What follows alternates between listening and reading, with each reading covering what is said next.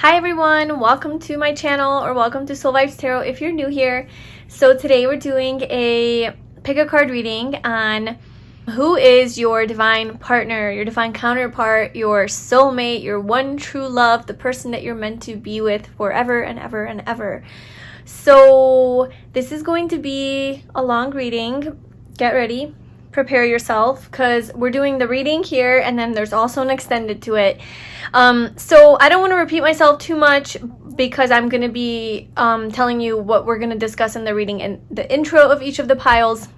But basically a gist is that we are going to get all of the information about who your divine partner, soulmate is in this reading, like their personality, their physical traits, what they do in their free time, their dating history, what you love about them the most and the least, what brings you guys together, meeting for the first time, your biggest area of compatibility, and any advice.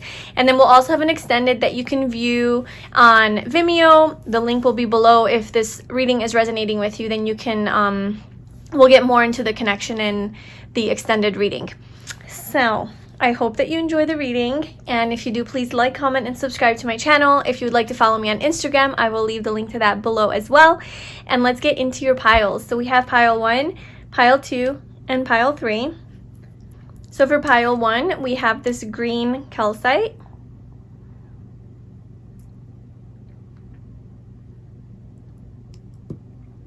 Pile 2 is blue calcite.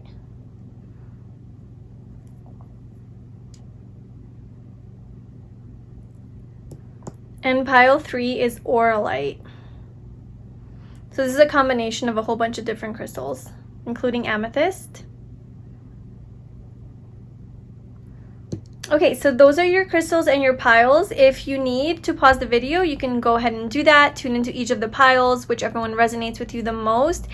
And whenever you're ready, I left the timestamps in the description box below, and I will see you in your reading. Hi pile 1. So if you chose this green calcite, this is going to be your reading all about your divine partner, divine counterpart, soulmate, whatever you want to call it.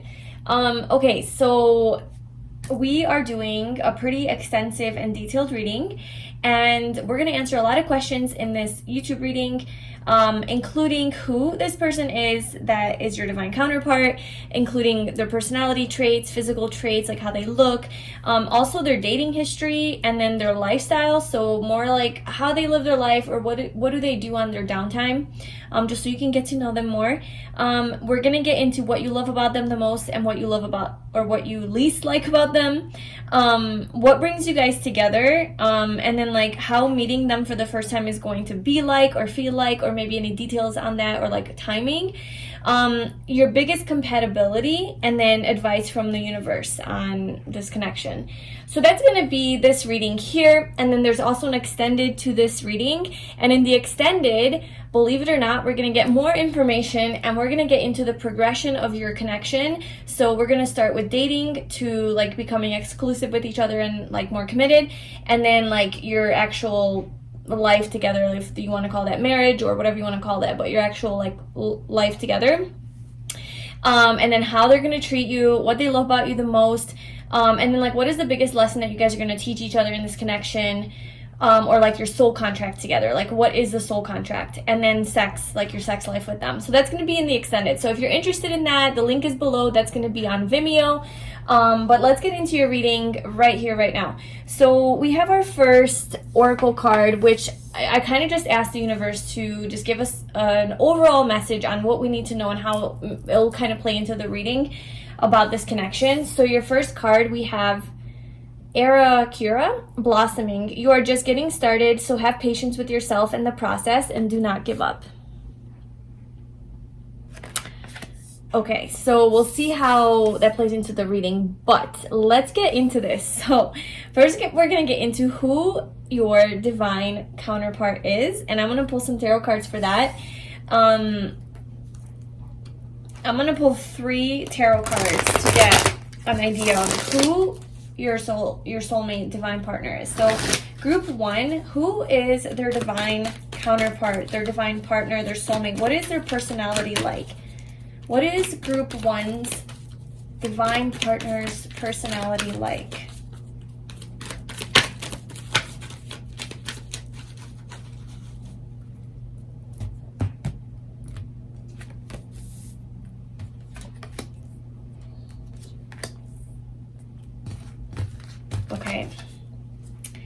And then I'm also going to pull some personality traits from my personality traits deck to get more.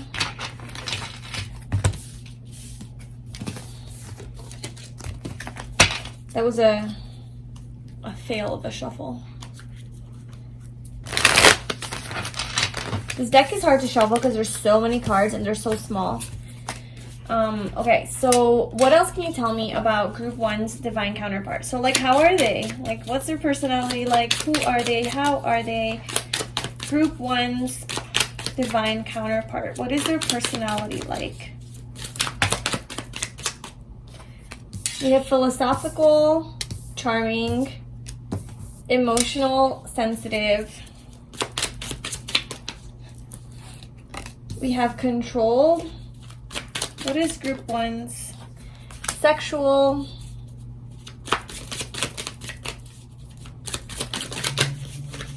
And quiet. Okay, so we'll leave it at that. And let's also get some physical characteristics of your person, and then we'll start going over all these messages. I just kind of want to get out like the, you know, like the who they are part. Okay, so how do they look? So group 1's soulmate. What can you tell me about how group 1's divine counterpart looks? Like physical traits about group 1's soulmate. So we have beautiful eyes, dark skin,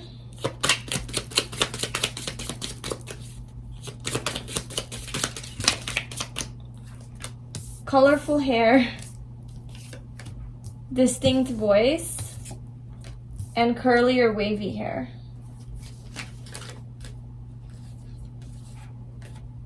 These also flipped over. We'll just take them. We have okay, and that one also wants to be here. We have same age, stylish and fashionable, strong and thin and petite. So I'll just put those there.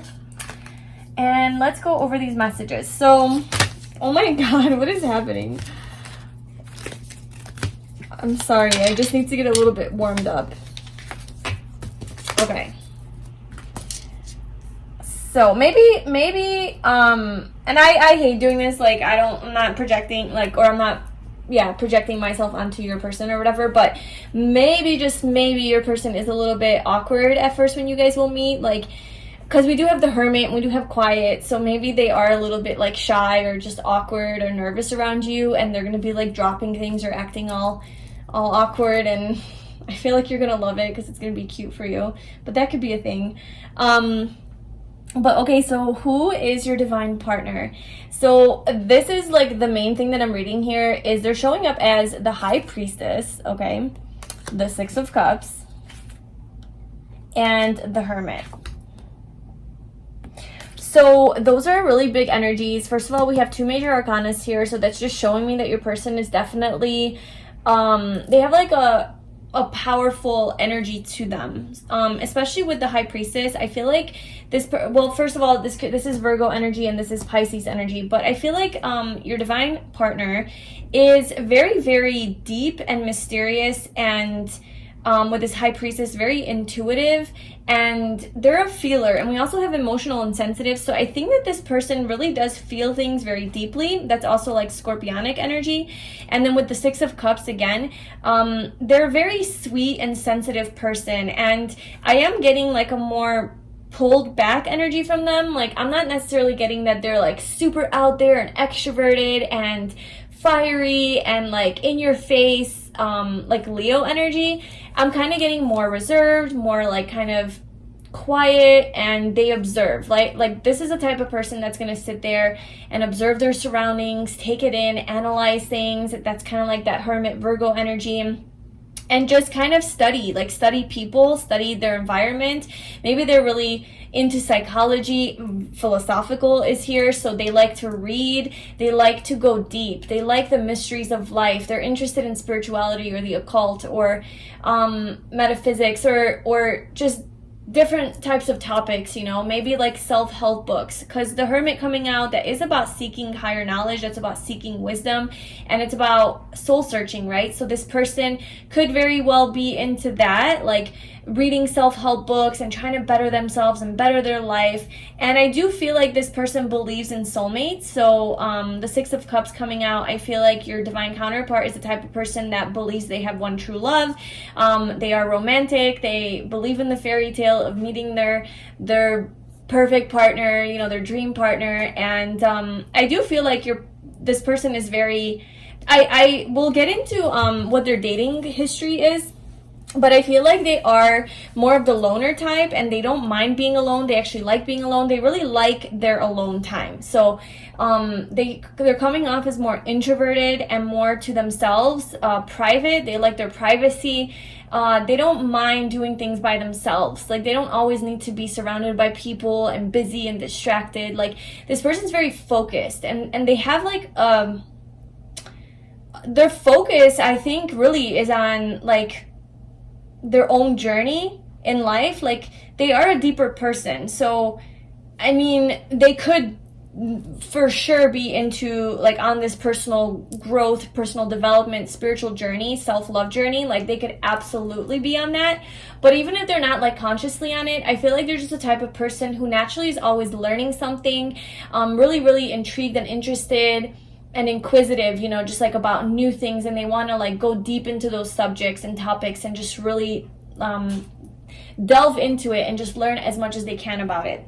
This person is very intelligent. They're a good communicator. But yeah, I just feel like they are a little bit more quiet and reserved and to themselves. But they are very charming. Okay, so we have Controlled coming out. So they are a little bit stoic, and I feel like they're able to control their emotions pretty well. So like, you wouldn't necessarily know, like, they're coming off as very mature, emotionally mature and controlled. So even though they have a lot of deep emotions and like they are sensitive, I feel like they hide it from other people. They're not so like forward and upfront about it. It's more like under the surface, and like once you get to know them, like their deeper self, you uncover all of these mysteries to them. Like, they're very mysterious, your person. And I'm just calling them your person because it's just easier to say than saying divine counterpart every time. So, well, they are your person though. So yeah, they are very charming and romantic though, because like with the Six of Cups, I feel like they know how to make you feel good or make a person feel good. So this is part of their nature. It's part of their personality. I feel like they're the type of person that is going to study you, study your moves, study your body language, watch you. Like, this person's like a watcher, and not in a creepy way, but definitely this is like heavy scorpionic energy for me coming through, but just observant. And this is the type of person that takes in their environment, like kind of sits in the back, sits on the side, and just watches everyone. And like, this person's really intrigued by how people interact with each other, or just like studying their behavior, or maybe psychology or sociology is something that's interesting to this person. And by learning other people, they also learn about themselves. So this is just something that they do. They have a lot of wisdom. Sorry about that if you can hear the lawnmower. So yeah, they have a lot of wisdom, and I do think that like they really enjoy reading and like writing, even studying. Maybe they're like a teacher, or maybe they're in school to learn something, because this is like teacher-student relationship as well. So it's like they have some higher wisdom that they pass on to other people, or that's kind of like their relationship with others is, you know, when they are like with their friends or whatever, it's like they just come across as like they know a lot, and they pass it down to others. There's just something that they like. So they're very like deep and philosophical, maybe a little nerdy, maybe a little shy, definitely a little shy, quiet, reserved, introverted. Control, yeah. Okay, so let's jump to sexual. So despite all of this, I feel like your person is sexual, but I feel like a lot of it is hidden, and you wouldn't really like know it if you met this person. Like, they hide it really well. They're very controlled, okay? So they come off as like this higher level, like wise, mature, experienced person who's been through a lot, who's done a lot of personal growth, very deep and intuitive, but like underneath they're like a freak in the sheets, because yeah, I just feel like that's just how they are. I actually I don't have my little clarifying deck, so we'll just use this one. What else can you tell me about sexual? Because there's really nothing around that. Tell me more about group 1's divine counterpart as far as like the sexual part of them. What is that?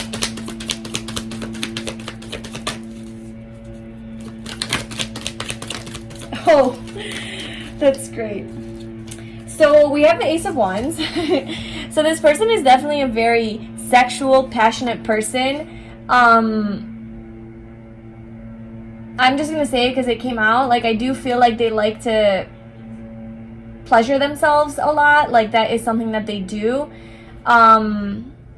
They get, yeah, like they have a sex life. Like, they have a sex drive. Like, because, you know, I'm just looking at the High Priestess and the Hermit. Like, this person just seems like they're above that. Like, they're above sex. Like, they don't need to have sex. They're just like so high level. But like, no, your person definitely has sex and likes to have sex and wants to have sex. And they're actually very fiery and passionate in the bedroom. So, but it's like you don't see this side to them off the bat. Like, you would meet this person and you'd be like, there's no way this person has sex. Like, there's just no way. I can't imagine them being like a freak. And then you get them, you know, behind the curtain over here, behind this curtain, and you're like, whoa, what is that? So yeah, they definitely like that. Okay, good. Okay, so physical traits for your soulmate is they are most likely the same age as you, although the Hermit is like an older person, represents an older person, so they could be same age or older than you is what I'm getting with that. Or if they're not older, they just are very wise and they come off as like an old soul, or just like a very mature person, but also childlike. So like with the Six of Cups, they're not just like old and boring. It's not like that. They're very wise and like emotionally mature. And they're very, very smart and intelligent, but they're also very childlike, and they are romantic, and they do like to do things that, you know, children do, just like very youthful and young at heart. So that's your person. This person also dresses really well. They have a good style or fashion, so like they care about how they look and they dress to impress, so they're not like a bum. They're strong physically, so they take care of their body, their health. This is Virgo, and that's 6th house, so isn't that like about health, your physical health too, and like routines and like everyday habits. So I feel like this person probably goes to the gym every day, and does something to keep their body nice and strong and healthy, because they are more on the thin side. So you know, they pay attention to that. And so they have some sort of a distinct voice. So that could be like they have a deeper voice, or sexy, or just something that really stands out to you, or just like generally is something that's different, you know, like a like whatever, like deeper voice, or maybe they sound like a celebrity, I don't know. But you'll definitely recognize them from their voice. And as far as their hair, we have that they have colorful hair and curly, wavy hair. So that could be just a combo. Like they have like some wild ass hair. It's crazy curly all over the place. It's like, you know, just free. Like it's not tamed. It's kind of what I'm getting with that. But there's something about this person that is like different. Like they're different. Like they're not like your regular person. They don't look like your regular typical like attractive person, because I do feel like this person is attractive, but in like a different kind of way, in like a very mysterious way. And they also have dark skin, so that could be like an actual darker skinned person, or they could just like to tan. They could be tan, or they could just have darker skin than you. And they have beautiful eyes, so you will definitely, and you know, with the beautiful eyes, it's like, yeah, it could be like beautiful as far as like their shape and color and whatever, but I feel like the way that they stare, the way that they look at you, the way that they look at others, the way that they observe their environment and take it in, that's beautiful. It's sexy. It's like they're so deep, and you look into their eyes and you see mystery, and you see truth, and you see love, and you see wisdom, and you see human, like their soul, you know, like you see depth. It's not empty. Their eyes say so much, this person. And through their eyes, they just take everything in, and then they study it, and then they give it back to you. You know, this is the type of person that would like watch you walk and do your thing, and then later be like, I love the way you walk, you know, it's just, you seem so empowered and like you're on a mission to go somewhere, or I love the way your hips move, or I love the way, I don't know, like they would recall and like repeat back to you things about yourself that you never even freaking realized, and they're just observing you, and because they're observing you, they learn you, they understand you, and then you feel so loved and seen by them because they're able to, you know, take you in on that level. And I feel like you would really love that. And that's like what makes this person also charming, is that nature of theirs. And they're very loving, you know. And you feel very comfortable with them. And they have this like warmth to them. This very warm, loving energy. So now we're going to get into their dating history. So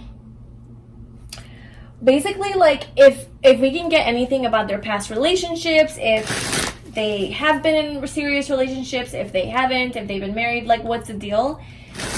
So group 1's divine partner, before they meet group 1, what is their dating history? So group 1's divine partner, what is their dating history and their relationship history? What can you tell us about what kind of relationships they've been through?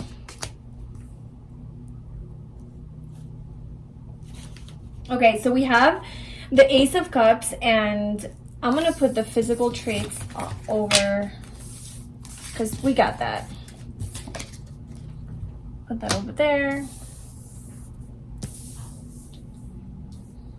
Okay. So, your divine counterpart's dating history is, I do feel like they have been in love. I feel like they have been in love, and they were in a relationship. At least one. And I don't know if it lasted a long time, because it's like the King of Wands, and that's like a really fiery energy. It's like quick moving, you know, it pursues. And then the Ace of Cups is like potential love. And then we have the Nine of Swords at the bottom with like a lot of anxiety. So I don't know like how long it lasted, but it didn't work out, obviously. And this relationship caused a lot of anxiety to your soulmate, and maybe because they were with someone who was more like a player, who wasn't really maybe as serious as they were about this relationship, or maybe your soulmate wasn't as serious and as in love as the other. Because we have like one person here that's like really in love, like looking at the cup and like, yes, you know, and then we have the King of Wands, who's kind of like strategizing, like he's on a different page. He's like, okay, well, I need to travel the world, I need to go do this, do that, whatever. So maybe they were in a relationship where like they were on different pages, and I think it's because your soulmate obviously knew that this person's not their soulmate, so they weren't feeling it. And there was like an ending here. It was boring, I think, to your person. Like they weren't fulfilled emotionally, they weren't really interested. It did cause them a lot of anxiety. They didn't enjoy being in this relationship. There were a lot of ego, I think, just like feeling defensive. And just wanting to be alone. Your person likes to be alone, and I think that because they do believe in this like one true love, they're like, well, I'd rather be alone than to be in a relationship where like I'm not necessarily happy. I mean, yeah, that's all we need to know about that. We don't need to get into details about what they were doing, right? We don't care. But I just want to point, like, I just wanted to get an understanding of like this person's past. So I don't feel like this person has children or anything like that. I don't feel like this person has like a lot of things from their past that they're bringing forward. It just seems like, yeah, there was love, like there was potential for love, but they just weren't like 100% in it.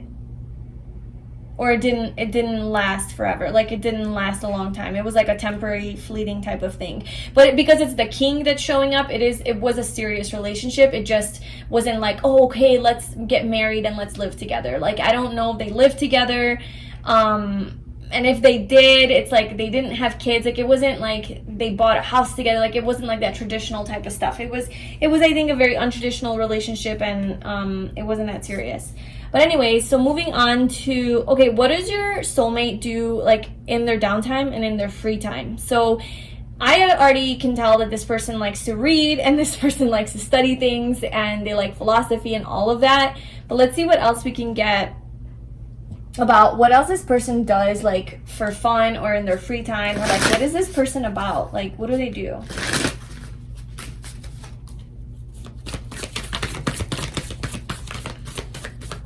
Okay, so we have flow.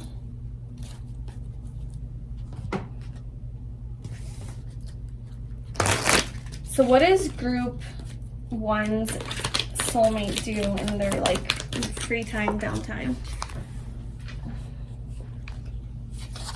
Then we have the Knight of Pentacles and the 8 of Wands. Yeah, for sure. So this person goes with the flow. This person might like to be in water, near water, or like on the river, or do like activities around water. So, you know, go on a boat ride, or swimming, or fishing, or whatever like people do on the water. Because flow just like kind of reminds me of like a river, you know.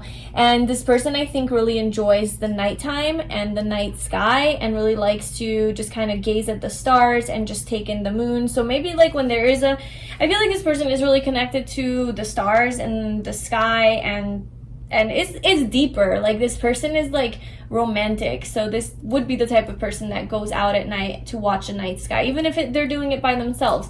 Like, they're just hanging out in nature. I think they do really like nature, and they like to be outdoors, with the Knight of Pentacles as well. That's like pentacle. That's kind of what that's about.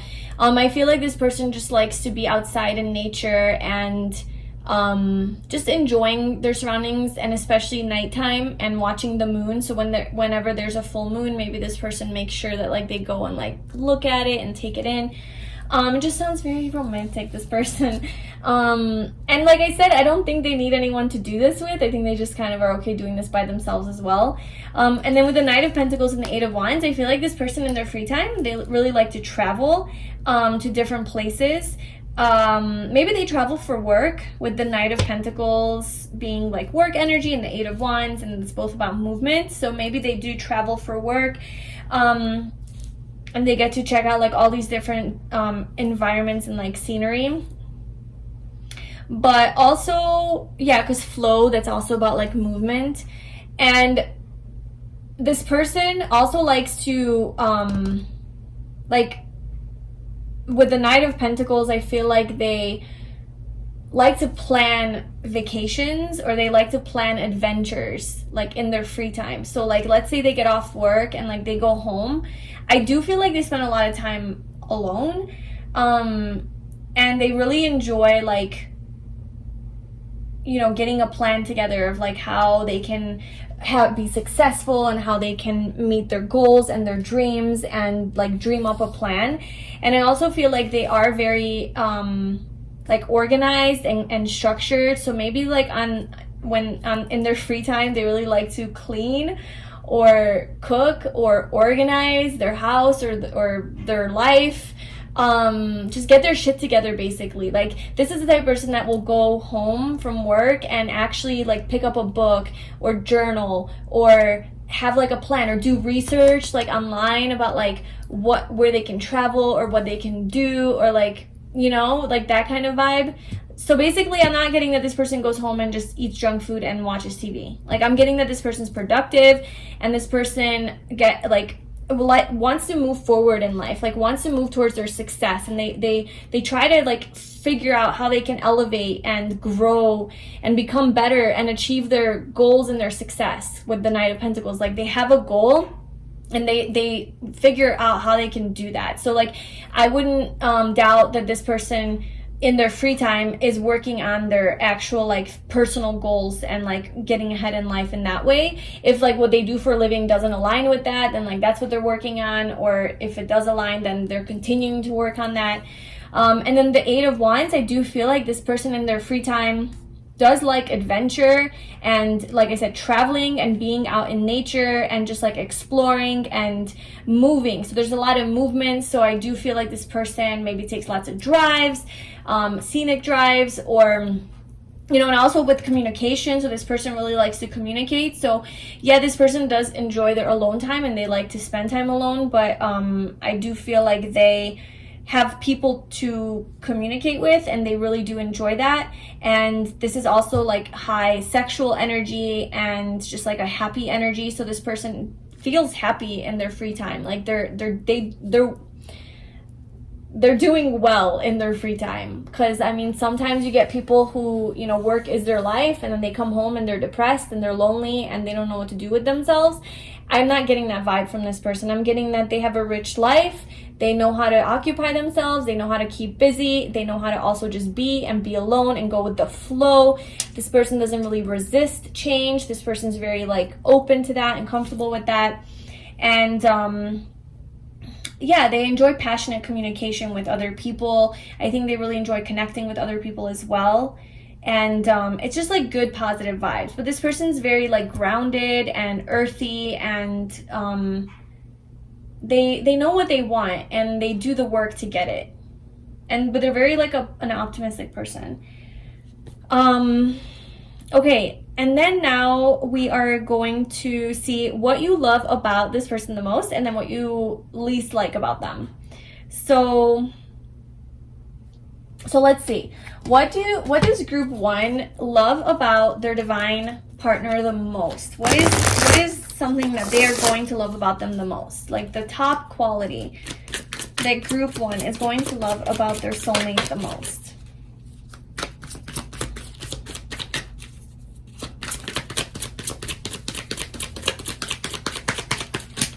Okay, we'll just do the poll. The Lovers. Okay, and then what are you gonna like about them the least? What does group 1 least like about their partner? So we have the Ace of Pentacles. Okay, so what you love about your divine counterpart the most is the Lovers. You just love that they're your soulmate. You love that they see you as their soulmate.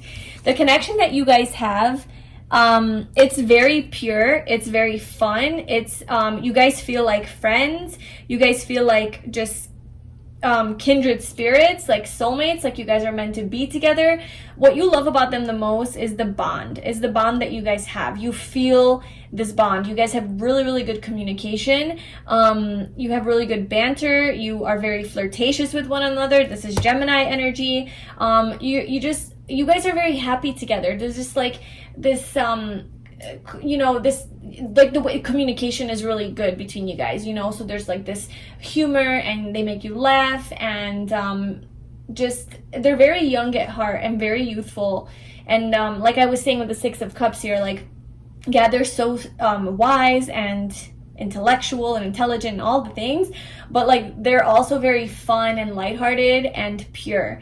And so I just feel like you're gonna love that about them. I honestly, what you love about your soulmate the most is just genuinely the connection, that strong, beautiful soulmate connection that you feel with them. Like it's going to be unlike any other. It's gonna be so comforting. It's divine. It's gonna feel like a divine spiritual union, like connection. Like it truly, you know, when you're with them, you're just gonna feel so at home with them, so at home, so good with them. And yeah, I just feel like you guys are gonna really enjoy adventures together. You guys might have a couple little cats. Maybe you guys like to go camping and like watch, you know, like again, this is nighttime and they're like watching the fire, so that it looks like a campfire. So maybe that's something that you guys like to do together. But in essence, like what you love about this person the most is that they feel like your true soulmate, and you love that. And also they make you feel loved, you know, the Lovers. This person's a lover. This person gives a lot of love, shows you a lot of love and affection and attention. And they choose you always, they prioritize you always, you know, and you just always feel so just content with this person and fulfilled. Like, you know that you're their one, you know that they view you as their soulmate. Like, you will have no confusion and no question about if they love you, or like they will communicate that, don't you worry. With that Gemini energy, like they will tell you that like you are my one and only, my soulmate, you know. Like, this person's not shy about telling you that. You will definitely know and feel that love. Because, you know, sometimes you have those connections where the other person is just like, yeah, I love you, but they don't declare that like you're the love of my life and I only want you. This person will declare that to you, and you will just know it, you'll feel it, you'll have no question about it. But what you like least about them, hang on, let me close the blinds. Okay, so what you like least about your soulmate is the Ace of Pentacles. So I'm gonna clarify that with another card. Can you just clarify the Ace of Pentacles for what group one likes least about their soulmate? Why is the Ace of Pentacles here? Okay, so maybe your person is very, okay, yeah, your person's just busy and they work a lot. That's what you don't like. Because I feel like you recognize that your soulmate gets stressed from work. Like, they definitely do love their career. Like, they are focused on their success. And like with this Knight of Pentacles, like they're very goal oriented and they like definitely like go after what they want. And I feel like you often see that this person is just exhausting themselves and they're carrying like this heavy burden of just like working a lot. And because they like to start new projects. Like, your person is very passionate and creative and inspired, and they always have new ideas. So maybe it's not just work, like their job, that like demands a lot of them. I feel like your soulmate has a lot of passion and they have a lot of things that they want to do and get done. And this doesn't have to be work. This could just be hobbies that they have, or just different projects that they start. Because like I said, this person is very like smart and analytical, and you know, they're very philosophical and intelligent and deep, and so they have a lot of interest. Like, they're not boring by any means. So like, you know, I could see them having like an idea, like, I'm gonna write a book, you know, or I'm gonna start a website, or I'm gonna create, you know, build a bench. I don't know, just like all these random things that they want to do, like with their hobbies and stuff. And so maybe that, like, that spark that they have, like, ooh, I have this idea, ooh, I have this idea, you know, they're just all over the place with their ideas. They have a lot of ideas, but then you also see that, like, okay, they're tired, like they don't have time. Maybe not like they don't, not that they don't prioritize you, they do, but like they I just feel like they overwork themselves with all of their little projects and ideas, and they just need to balance their time a little bit more effectively. And that's just something that you wish that they would do. I don't think that it's going to come in between you guys. Like, I think that you feel their love and like you guys have this solid connection, but this is like you just genuinely love them and you feel bad for them, and you see them like being tired or maybe stressed a little bit more than they need to, and you kind of just want to, like, you want them to just slow down. You want them to stop moving so fast. But it's also a good quality because like they're not lazy by any means. Okay, so then now we are going to, oh my god, this reading is gonna be so long. Okay, so what brings you guys together? So yeah, what brings you guys together? Let's just see what comes out for that. So what brings group one together with their divine partner? What brings them together?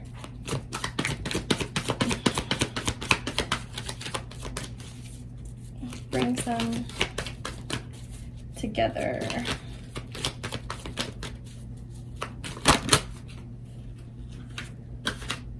Okay, so we have walking away, and then one of these guys.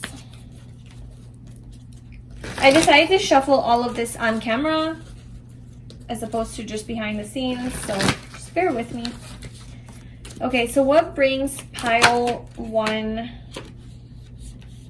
Okay, well, I just saw the Five of Pentacles, which is clarifying the walking away card. So this could perhaps be that you or them are walking away from a connection or a job, because the Five of Pentacles is about like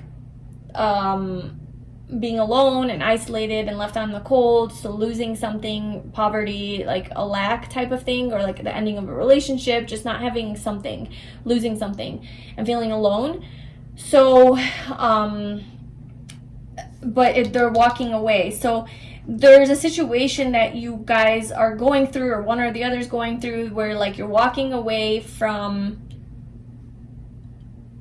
a relationship or a job or a home. And then, so what else?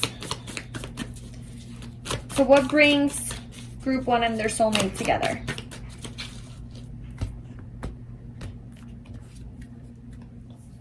Okay, work. It could be work. Like starting a new job. You can meet this person at work.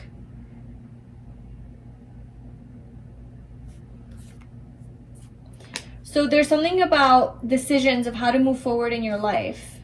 Because both of these are like, okay, so you're at like a crossroads in your life. So what brings you guys together is you, I'm just going to say it's you, but it could be your person, but I'm just going to say it's you. That you're walking away from like something in your life that is no longer serving you. You're kind of at a crossroad, which is like, which way do I go? Do I go left? Do I go right? And you're trying to figure out and go back and forth about what decision to make. And you're trying to figure that out. And then you make a choice of which path to go on with the Page of Pentacles. So it's like you're embarking on a new journey, and this could be like you're studying something new, or you're starting a new job, or it's a new project that you're involved in, a new community project, or just a new health care program, or a new class that you're taking. You go back to school, or just something new that has to do with like learning, being a student of life, a new goal that you have, something that you're really interested in and curious about, or a new place that you're living, or just something new, you know, like more on a physical level. And it's like it's because you walked away from something that was like not making you happy and making you feel not good enough, or you didn't have enough, you didn't get enough fulfillment from that thing. You walked away, and then you came to a crossroad where you're like, you have to make a decision, and whatever that decision is that you chose, that aligned with your bigger dreams, and it aligns with your like ultimate like dream reality and like goals and where you want to be. When you make that decision, and then it's like there's something new that you're starting, that's how you guys meet. That's what brings you guys together. That's like the life event. And I do think it's a physical place that you guys meet. So it could be something to do with this new thing that you're doing. And then you have to like go to a class because of it, or sign up to something because of it. And like here they are.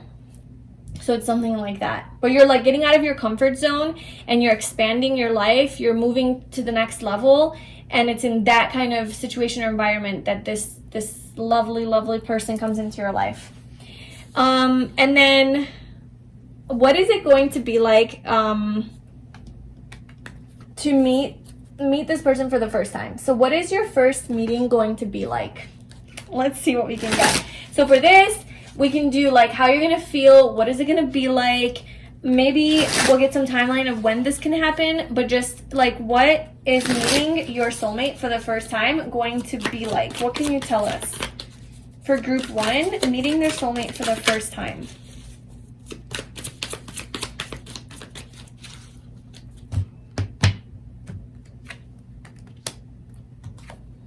Oh.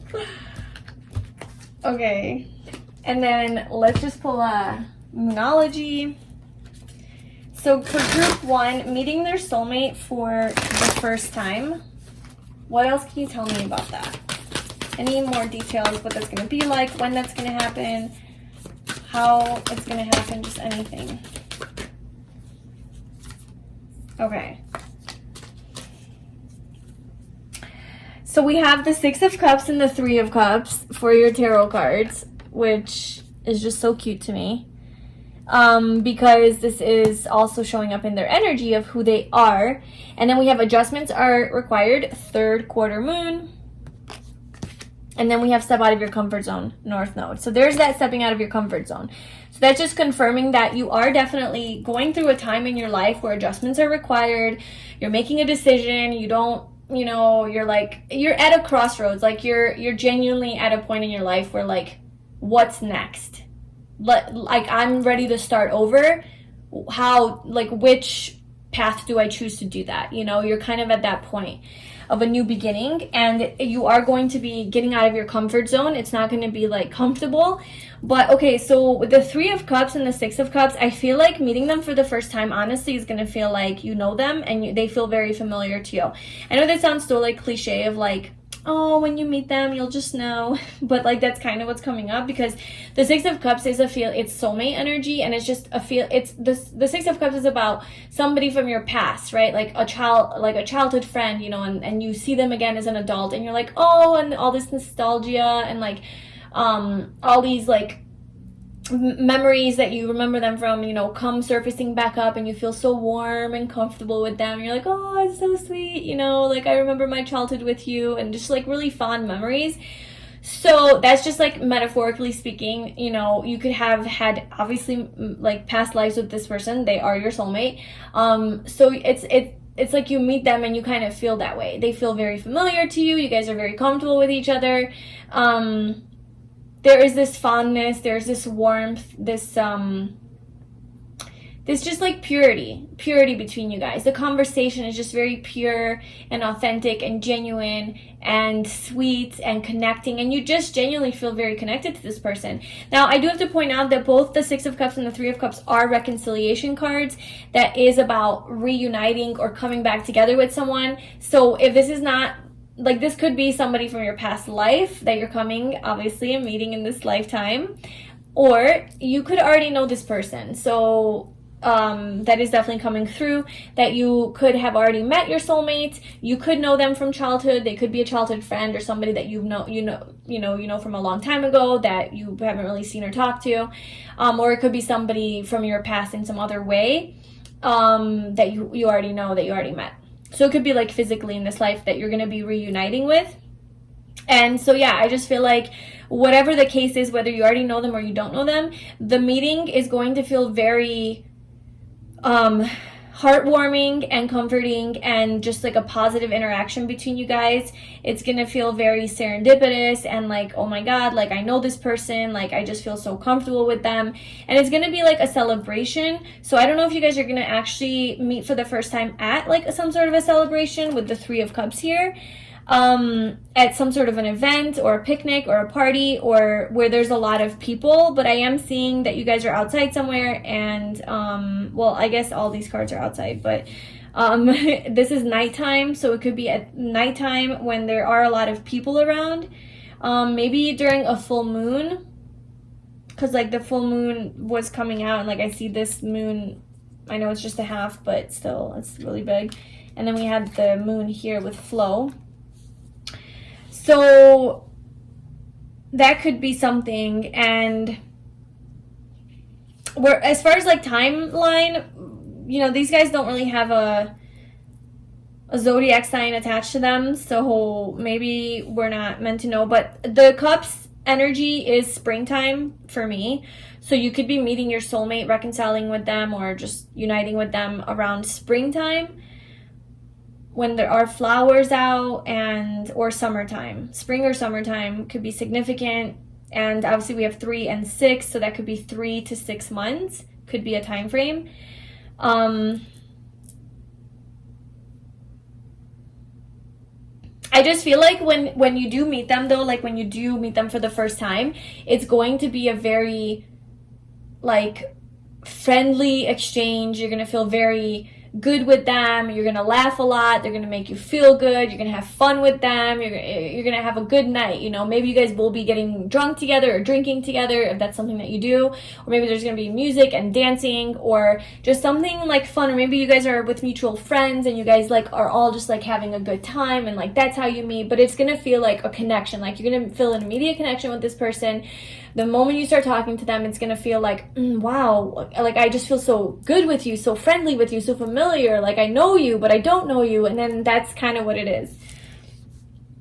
Okay, and then let's see what your biggest compatibility is going to be. So what is, like, how are you guys going to be compatible? What is, like, that one thing that's really going to bind you guys together? Like, the main area of compatibility between group 1 and their soulmate.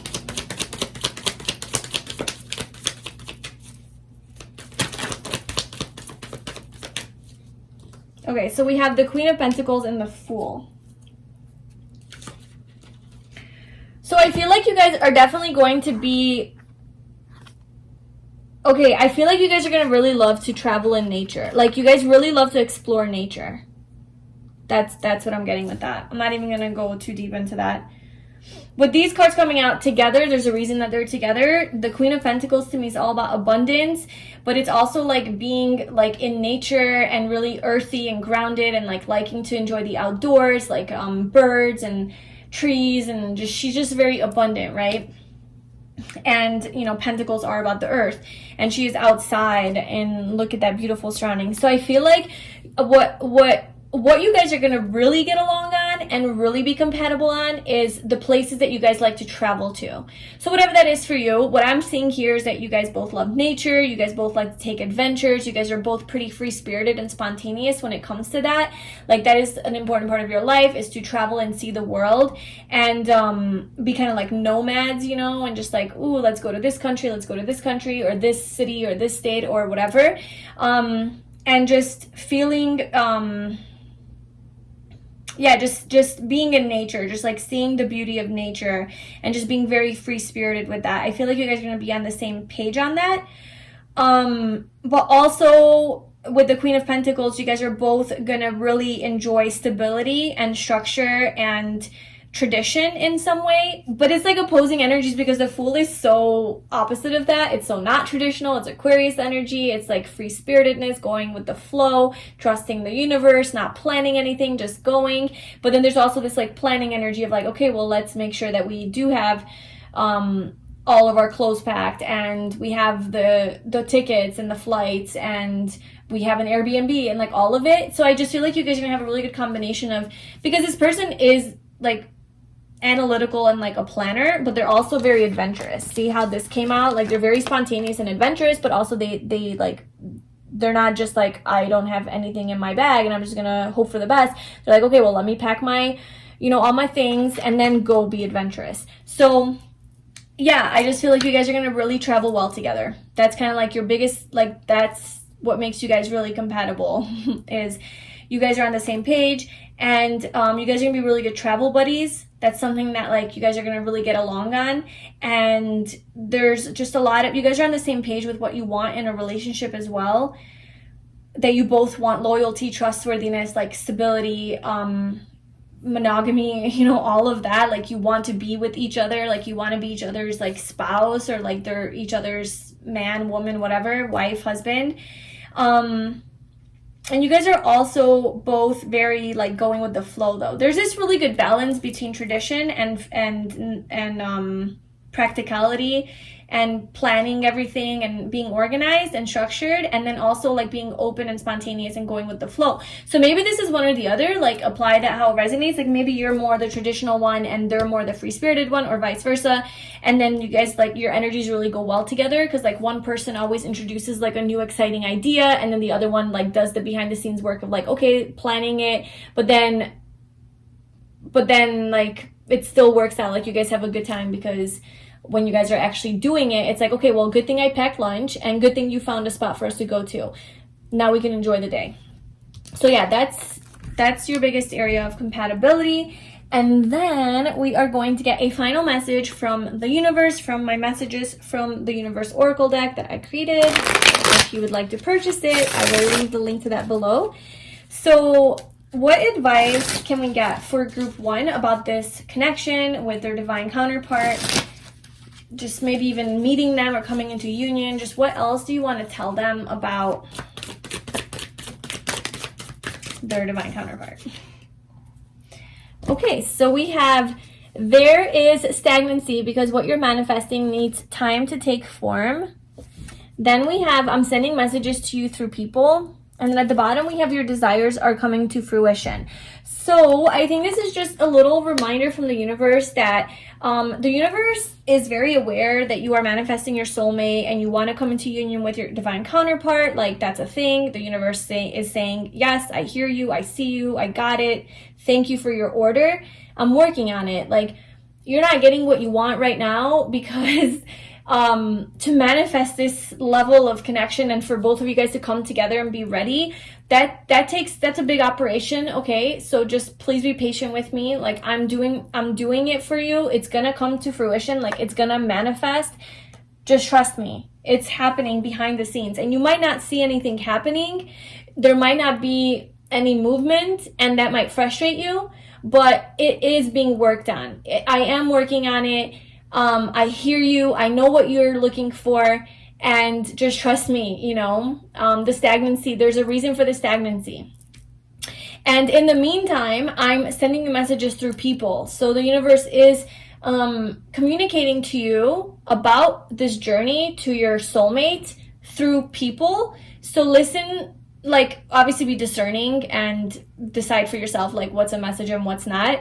But whenever something really does strongly resonate with you that somebody says about something,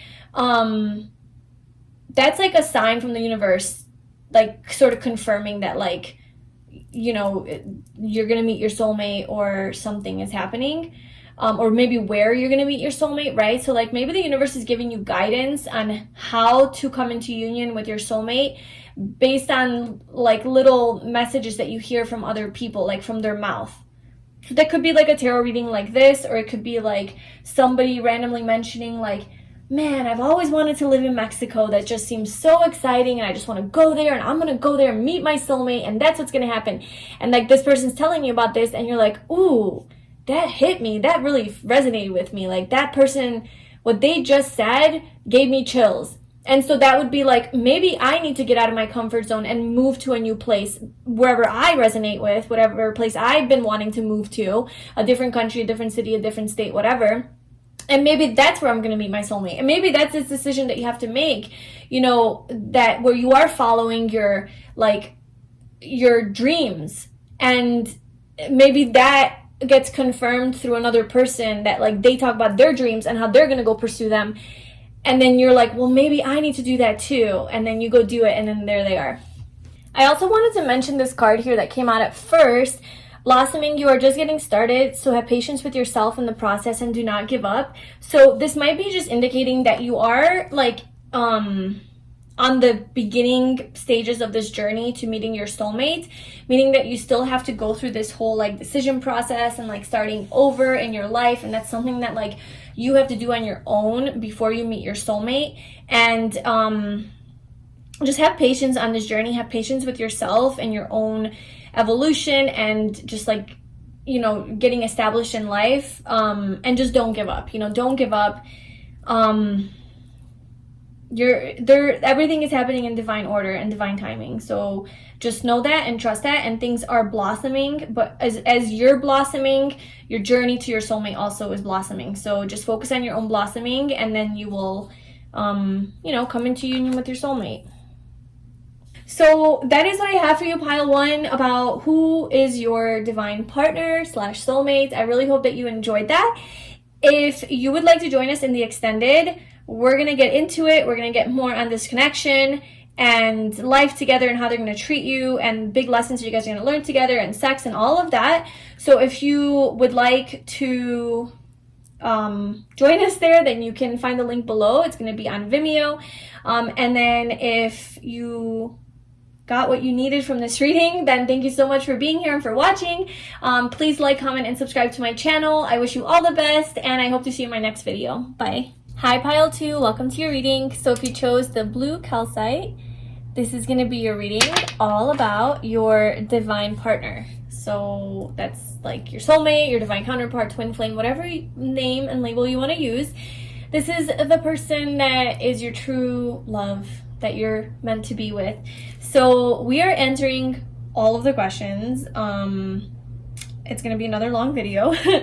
And yeah, but I'm excited. So we're gonna get into basically, like, who this person is, including like their personality, physical traits, their dating history, and then their like lifestyle, so like how they live their life or like what they do in their free time.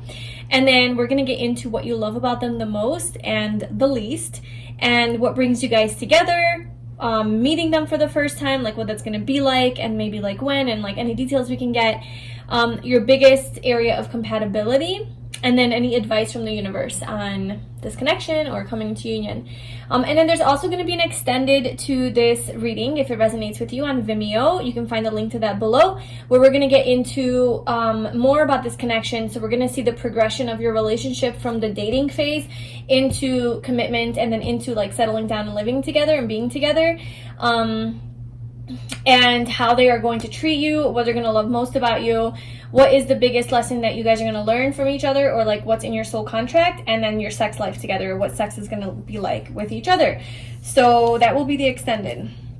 So for this reading here, we have our first oracle card. This is going to kind of just be a general message. We'll see how it plays into the reading, and then we'll pull all your other cards. So we have Vesta, home. Your household situation is improving, either through a move or a healthy change in the occupants. So this is giving me some vibes of like you and your divine counterpart like moving in together, sharing a home together. We'll see how that plays into the reading. So we're starting with who is your soulmate, divine partner.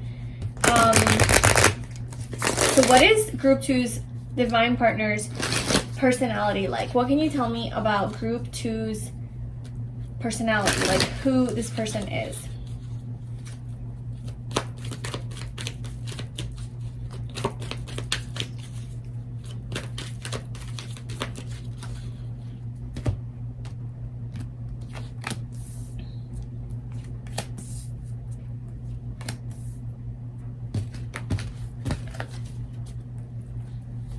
Okay, and then what I did for group 1 is I pulled out all of these cards. So I also want to get some more personality traits. So what else can you tell me about group 2's soulmate, divine counterpart?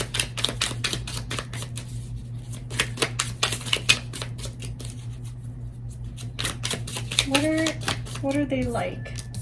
Charismatic?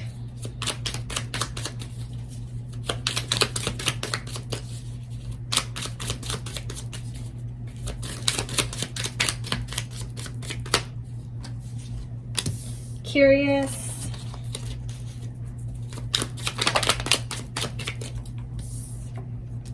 alluring and seductive,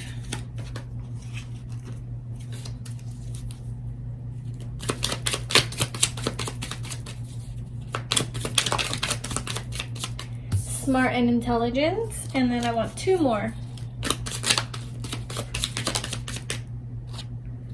Affectionate,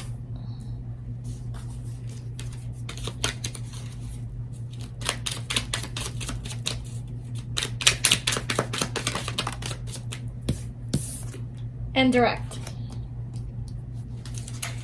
Okay, and we have romantic at the bottom, and then let's get some physical characteristics. Actually, you know what? I kind of want to wait with that because I did that right away with pile 1 and I wasn't feeling it. So we're just going to go through who your person is, your soulmate, your divine counterpart. So this is their energy. I know not many people like to see the 7 of Swords, but we will clarify what that is about, and that's not always bad. Okay. So your soulmate, your divine counterpart, is a type of person who is very good at managing a lot of different tasks. So I think they keep busy. I feel like they are materially successful and abundant. So like they have money, and they have like a career that keeps them busy, or work keeps them busy, or something in their physical life keeps them busy. Like they have a lot of responsibilities, a lot of tasks, a lot of things that they do. They seem like a busy bee to me, and but they do well like in balancing their life and managing all of the different responsibilities that they have. So they're not like overwhelmed or tired. They're doing pretty good with it. But maybe this person doesn't have a lot of downtime, or doesn't spend a lot of time just chilling, because they're always on the go, always moving, you know. So that could be like something. And we also have, you know, charismatic, curious, alluring, and seductive, smart, intelligent, direct, and affectionate. So I'm getting air sign with this. I'm getting Aquarius, Libra, and Gemini with the, or even Sagittarius, but with this like direct energy and smart and intelligent. So this is the type of person, your soulmate is the type of person who is going to kind of say it how it is. They don't beat around the bush. They are pretty like blunt and straightforward. So I'm also getting Aries energy with that, and Sagittarius just kind of like say it how it is, or just fire sign, I guess, or air sign. And they're very curious. So that's Gemini to me. But they have this very like curious nature to them, and they do enjoy learning new things. And I feel like this person likes adventure, likes excitement with the Ace of Wands. They're a very passionate person, a very physical person. They like to move their body, and maybe they do exercise, or they do some sort of like outdoor adventure that like makes them like move their body. I kind of feel like they're always on the go with that. And this person is a very like sexy, alluring, seductive, sexual person. So they're very charming, very charismatic, very personable. They know how to lure you in, they know how to get you. But they're very mysterious as well. With the Seven of Swords, this is just a person who's very, I guess, secretive could be a word. Like they hold back a lot. Like they don't necessarily like show everything that they feel. Like they keep a lot of their emotions to themselves, because like that's also the Two of Pentacles as well. This guy's just like juggling his pentacles, which is like the physical aspects of his life, while sort of having his back turned to the water representing emotions. So it's kind of like this, you know, your soulmate is maybe not too comfortable with his emotions or her emotions and like expressing them. And then the Seven of Swords being like very similar energy. But they are very like exciting and fun to be around. And they're a fun person. Like they're a funny person. I think that, okay, so the Seven of Swords is Moon in Aquarius. That's the energy. And that's like just a very, I don't think the moon likes to be there. I don't know if I'm correct on that, but I just feel like Aquarius energy is so airy, and it's like, it's kind of like emotionally detached, and the moon is about your feelings and emotions. So it's just like, there's like conflict there. But this type of person is just very weird and quirky, and just kind of stands out from the crowd, kind of does things their own way, doesn't really follow the norm or tradition. They're just kind of like do their own thing, go to the beat of their own drum, their own rhythm. So this is a very sexy person because of that nature. Like Aquarians do tend to be very alluring and sexy because they are so authentic and different, and they just have this aura, this vibe about them that just makes them like just desirable, you know. And especially Aquarius moon, or I think like Aquarius rising has that quality. So that's like, your person is very funny, they're intelligent, they're quick-witted, they're good with their words, they have jokes, like they're funny, but they're also very like sensual and sexual and affectionate and touchy-feely, yeah, just they're sexy. Your soulmate is sexy, and they're romantic, you know. So they're not just like straight up like let's bang, but they're like also romantic. I do want to clarify the Seven of Swords because, you know, for obvious reasons. Why is the Seven of Swords here for who Group 2's divine partner is? What else can you tell me about that? Like why the Seven of Swords?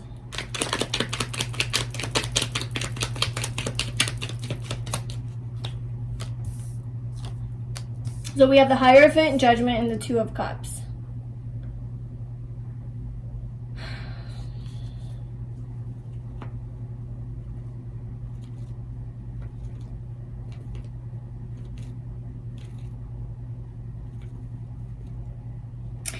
I don't know. This person could be hiding something about a relationship, or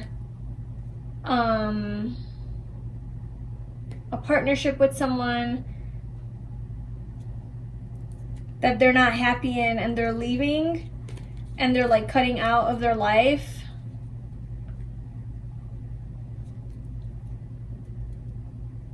trying to make a decision. Maybe they're going back and forth on this decision of like, do I have this new beginning? Do I cut this person out of my life? Lovers is at the bottom.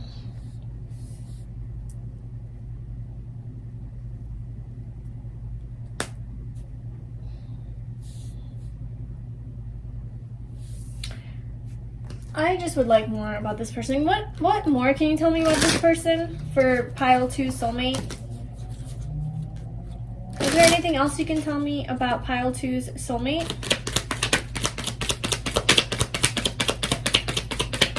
Their divine counterpart, their divine partner. Person that they are meant to be with. Who is this person?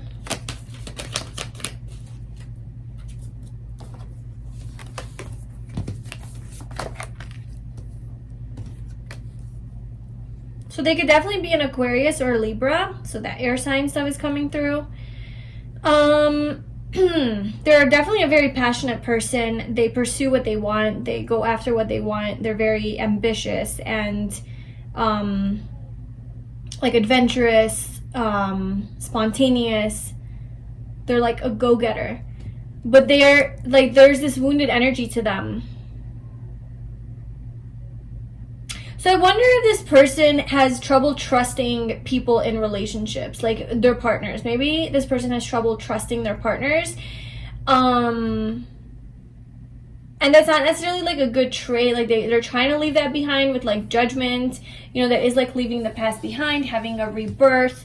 With the Hierophant, it is, well, this does represent marriage and like a relation, like a committed relationship, but like among other things. But with the Two of Cups coming out, I'm thinking this is with regards to relationships, you know.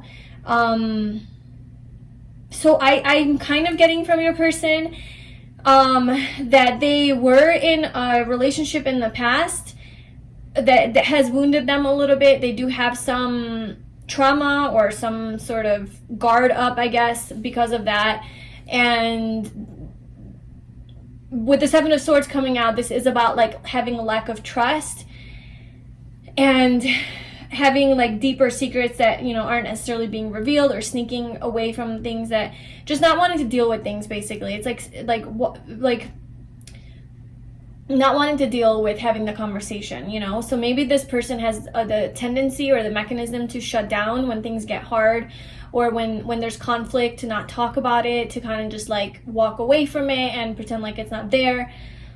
Stay busy, keep busy, maybe indulge in some sort of sexual behaviors as a distraction or something like that. And I'm just feeling that it's because they were in some sort of a serious relationship in the past. Maybe it could have been marriage, where there was something. So let's just jump straight into their dating life. So their dating history. So what is a group 2 soulmate's dating history? What is group 2's soulmate's dating history? So what is this relationship that they're coming from? What can you tell me about that?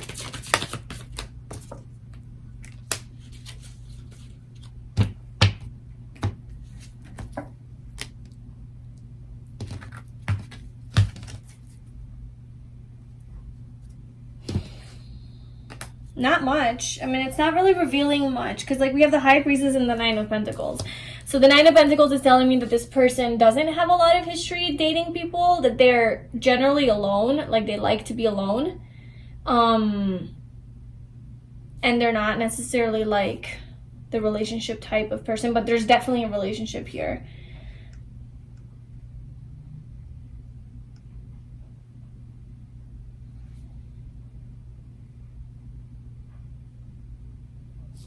What is the High Priestess?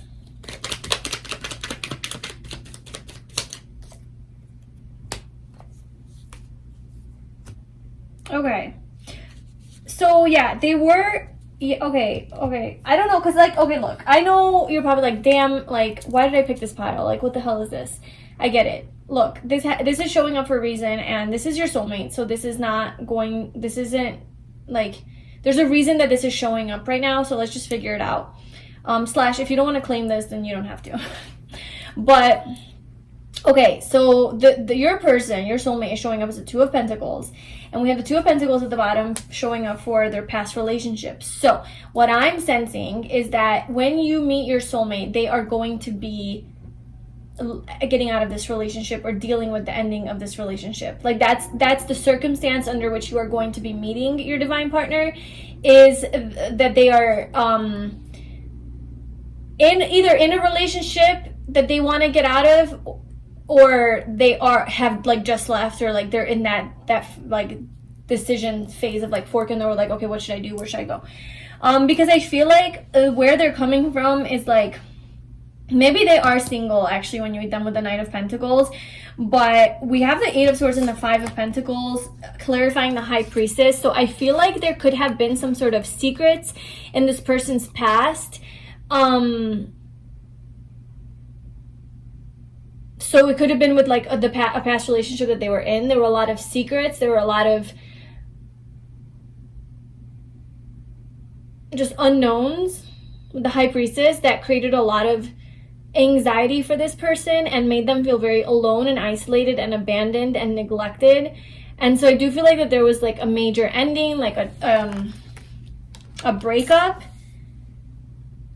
and like it was causing this person a lot of, I think it just triggered a lot of this person's insecurities. Like this past relationship that this person was in, a lot of their like fears of rejection, abandonment, like this person does like to stand out and not be part of a crowd, but like it still like triggered that feeling of like being ostracized and being left out and feeling really alone and isolated, which they don't like. But also like that's kind of like who they are as a person. Like they like that. I don't know, it's weird. They have like this dual personality, I don't know. But so I just feel like, yeah, just they were in a past relationship that did not. So basically, like, they fucked them up. Like, that's what I'm getting. Like, your person is a little wounded when they come to you. They're a little bit, they need a little work. So then, okay. So now that we know that, I'm gonna leave that there. I'm sure we'll get more information on how this all comes together and like why you're with this person. But anyway, so for their physical characteristics, we have beautiful smile, we have dark hair. What else can you tell me about Group 2's divine partner physical characteristics?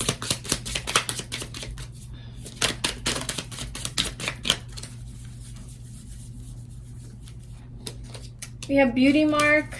So they could have a beauty mark somewhere. Nice ass. They have a nice butt. They are stylish and fashionable, so they know how to dress well. And then we have piercings at the bottom. So you could have some piercings. So this could just help you identify like who your soulmate is, like physical characteristics. But basically, I would like to know, we have some questions to answer, but I'm just curious about like this whole situation. So like, what brings you guys together? We're just gonna jump straight to that question. What brings Group 2 together with their soulmate? Like what brings them together? Can you please tell us what brings Group 2 together with their soulmate?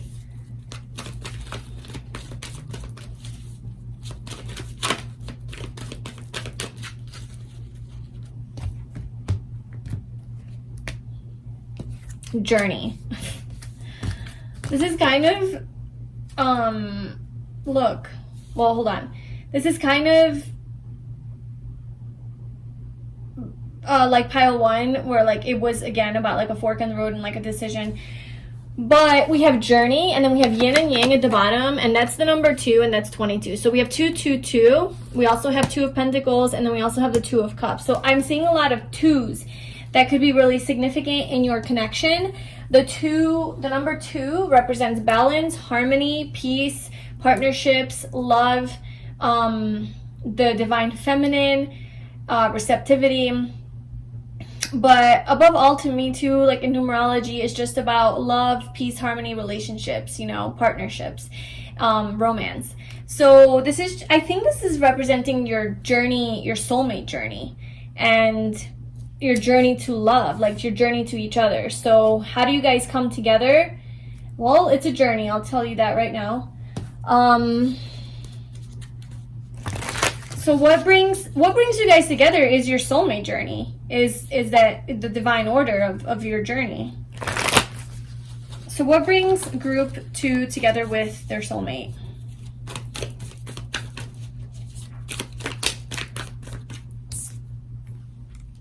The 9 of Wands, the wounded warrior, the Tower. I think this brings you guys together. That's why it's showing up. Why else would it show up? What brings you and your soulmate together is literally this huge ending that they're going through, this Tower moment in their life.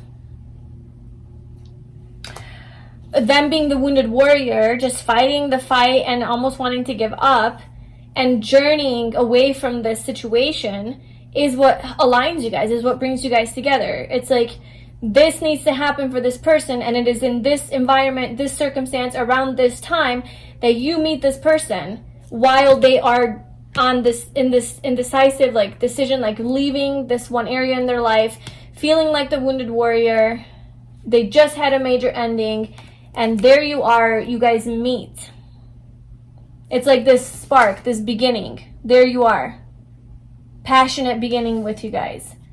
And maybe they are still in this relationship. Maybe that's why the 7 of Swords is showing up, because maybe they are still kind of like, maybe they still are married, like not officially divorced, or maybe they are still living with their partner, but they're done already, checked out, but like they're still sharing assets or whatever, and you know, whatever. But they meet you, and you know, they like you, there's a lot of passion, and they are kind of like sneaking around behind their partner's back, even though it's like over between them, because they want this new beginning with you, because like they are married and they are sneaking around, or they're in a serious relationship, but like the 2 of Cups, there's love between you guys, and so they want this new beginning with you. They have this, like with Judgment card, this clarity, this epiphany of like, wow, like this is my person. Maybe you shake up their life, maybe, and it's like you make them feel like home. Maybe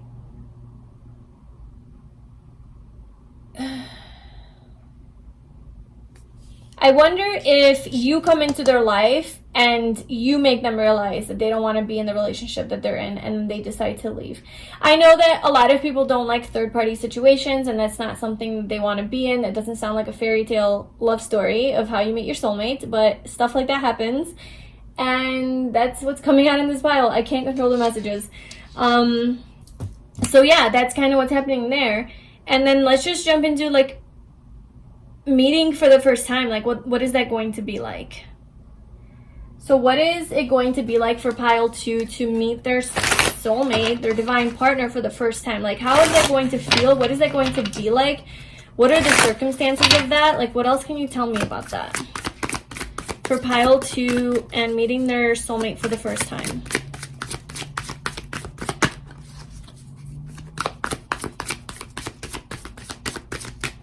We'll just pull.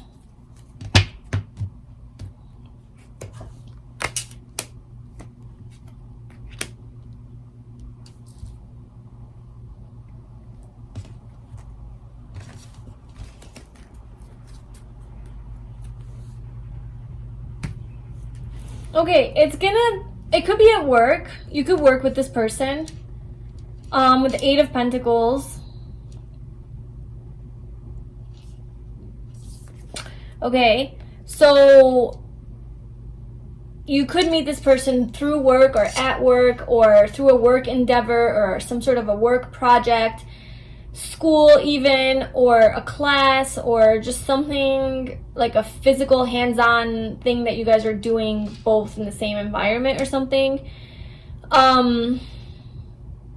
It could be like a spiritual community or a community of some sort. But I just feel like you're confused. Like the first time you meet them, you're not like, you're very focused on work. So like you're meeting for the first time, you're focused on work, and you're working hard. Like with the Eight of Pentacles, like you're focusing on your career, you're focusing on your money, you're building maybe your own business, you're building your career, you're focusing on elevating, you're mastering a skill, you're working on learning something new and becoming really good at it, training, you know, something. Like you're focused though, like you're focused on your job or this, whatever this is. You're just focused on, even it could be yourself, like self-development, personal, like your own self-love and happiness. Like you're just focused, and this person's around you, you guys meet, and it's like, it's confusing. You don't necessarily know who, like you just, it's just, there's just confusion. Like there's no clarity about like, oh, I like this person, or this is my person, or oh, I want to hang out with this person, I want to talk to this person. It's just confusion, and there's a lot of thinking, overthinking, and like fantasizing, but like in a confused way. Like, I don't know, just a lot of unknowns and a lot of like in your head kind of stuff. Yeah, in your head, because we have the Nine of Swords at the bottom. So it's just a lot of anxiety that you feel because of this situation.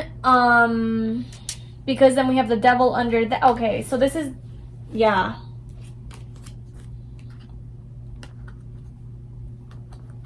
I just feel, this is what I feel, group 2, okay? So, this is about the circumstances for you guys meeting for the first time, okay? So you're doing your thing, you're busy at work, you're doing your thing. And you have a lot of options, maybe. You have a lot of options in love, in dating. Or there's just confusion around this, you and this person, obviously, because it's about you and this person. There's confusion, there's anxiety, there's sleepless nights. And then we have the Devil under that, right? And then we have the Three of Pentacles. So this is like this could be a third-party situation at work. So there could be another, like, there could be another person involved, or like maybe you're that person. Like if you do meet this person, maybe they are married, because the Devil is about contracts, marriage, all of that. So maybe this person's married, but it's a toxic connection. They're not happy. It's a karmic partner that they're with. They don't want to be there. It's causing them a lot of anxiety and sleepless nights. You are there as this third party, and this shakes up the world and causes the Tower. So we're seeing the Tower twice. You guys are soulmates because it's the yin and the yang. So it's divine masculine and feminine energies coming together. This is meant to be for you guys. But this is kind of how you guys meet. Home. Oh my god.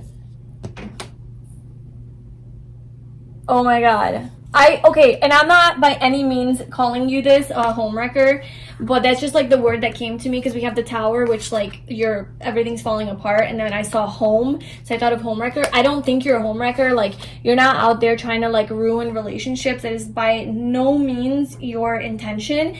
I just feel like this person has an awakening or an epiphany about you, and about their own situation and relationship and marriage, that they're not happy, they don't want to be in it, and they want to be with you, and you trigger something in them and that they want to leave their person for. So that's why they're journeying. There's this new passion for you. They're being sneaky, and they do feel wounded at this time because it's tough and it's causing them a lot of stress and anxiety to do this. And I don't think that you're instigating this or you're creating this. It just is what it is. Okay, so anything else? Can we get a timeline on this?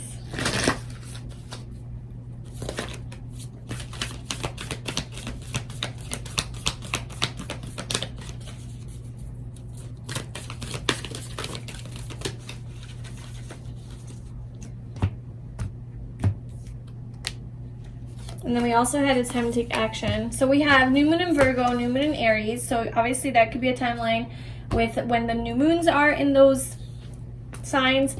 But I don't know if it goes in order, but I know we just had a new moon in Virgo as I'm recording this on August 8th. And if it does go in order, then after Leo is Virgo, so that would be in September of 2021 as I'm recording this. So that could be soon. But also, if this is a timeless reading, so it could be a month from whenever you're watching, something can happen, because that's when I think that's when the new moon Virgo is. But anyway, it could be Virgo season, it could be Aries season, that something happens. This could be dealing with a Virgo or an Aries. You could be a Virgo and Aries. So yeah, it could be like in September or April. But I'm not getting strong timing on this whole situation, but I'm definitely getting the situation. Like, it's coming through real strong. And it's not even, the personality's hardly even coming through. It's more about like the situation that you guys are going to be in when you meet. So let's just so you can identify like who this person is, let's see what this person likes to do in their downtime. So when they're not cheating on their spouse or sneaking around or being busy with work, what is this person doing? Like, what do they do in their free time and downtime? And they might not be, I don't know. They might not be cheating on their spouse. They might already be like ending the relationship, and then like they're coming out of it, and then you meet them, but it's like so soon into it. Or maybe you trigger, like they're already planning on, like they're already not happy in this connection, and then you come around and they're like, oh, for sure, this is confirmation, I need to go. So yeah, there's no easy or nice way of putting this whole situation. But yeah, what is this person doing? Leadership. Okay, so I feel like they just action. They don't stop moving. I don't think this person stops in their free time. I don't even know if this person has free time. This person could be a leader, like they could be the boss or some sort of authority figure or in a leadership position at their job, and therefore they have a lot of responsibilities, and it's hard for them to relax in that free time because they're always on call, you know, like they're in charge. Or maybe just in their life, they're like the leader among their friends. Like they're the person that everybody looks up to. Like they're the leader, because like they are coming through as, you know, that Aquarius energy, very authentic, very like humanitarian, like leader, like wanting to change the world for the better. Like that's the higher vibrational Aquarius. And so this person could just be like different, you know, like I don't live like other people, I don't do things like other people, and like everybody around them looks up to this person because they are so authentic and different. Like they own their weirdness, and so like they're a leader. Okay, so what else does this person do in their downtime, when they're like in their free time? What do they like to do? Oh my god.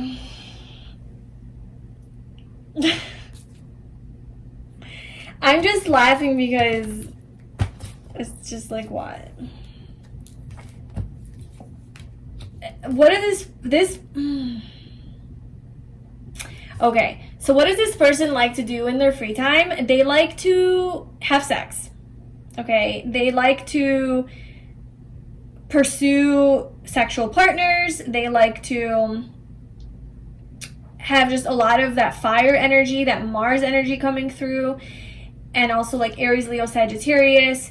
It's just, and Scorpio. It's just this person's a very sexual person, and they definitely like that. I am getting though that this isn't like what they like to do in their free time, like just generally. This is like with you. Like whenever they do get any free time away from their work or this situation that they're in, they are pursuing you.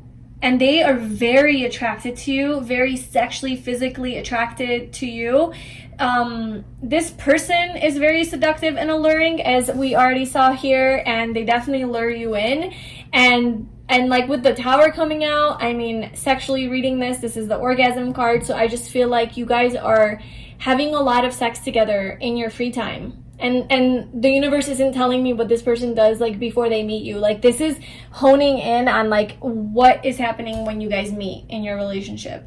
because they see clearly now. Like there's this it's like the universe made a judgment call, like this is what's happening. Like I feel like you come into their life being sexy as all can be, like just so charming and personable and friendly and magnetic and radiant and confident and just high. Like they put you on this pedestal, they view you in such a high light and just so beautiful. They're so attracted to you, and you shake up their life. Like you literally cause a tower moment in their life, which leads to a whole rebirth, like a whole new beginning, where they have to leave behind everything and face all of their fears. They have to face all of their fears. They have to get out of their comfort zone so that they can have this union with you. But in order to do that, they have to make a lot of changes in their life, which is very scary. So it's like, that's why they're like coming through as a wounded warrior. They're making this decision, and that's what's happening there. So that's a journey, and it's a journey. And so that's you guys' journey together. And so let's see what you like about, what you love about this person the most. So what does group 2 love about their soulmate divine counterpart the most? What does group 2 love about their divine counterpart the most? The Chariot. Okay, so this person goes after what they want, they pursue, they make a decision, and they take action. I think you really admire that about this person. Success and just achieving their goals and getting their desires is very important to this person. And this is Cancer energy. It's, you know, cardinal energy. So it's like this person like decides on something and they take action. It is very like emotionally based though. So it's based in their emotions. And so I feel like what you really love about this person, to be honest with you, is that they recognize you as their soulmate, and they're willing to tear up their whole life for you, you know? And yeah, I mean, I don't think that this person was happy in their relationship. I think it was just very, just going through the motions, very traditional, like with the Hierophant coming out. Just, there was no sex, there was no romance. It was just like convenient and comfortable, and like, okay, we're just doing it just to do it. It's just very like practical. And so there was no passion and excitement and aliveness and love and emotions. It genuinely, I feel like it got boring.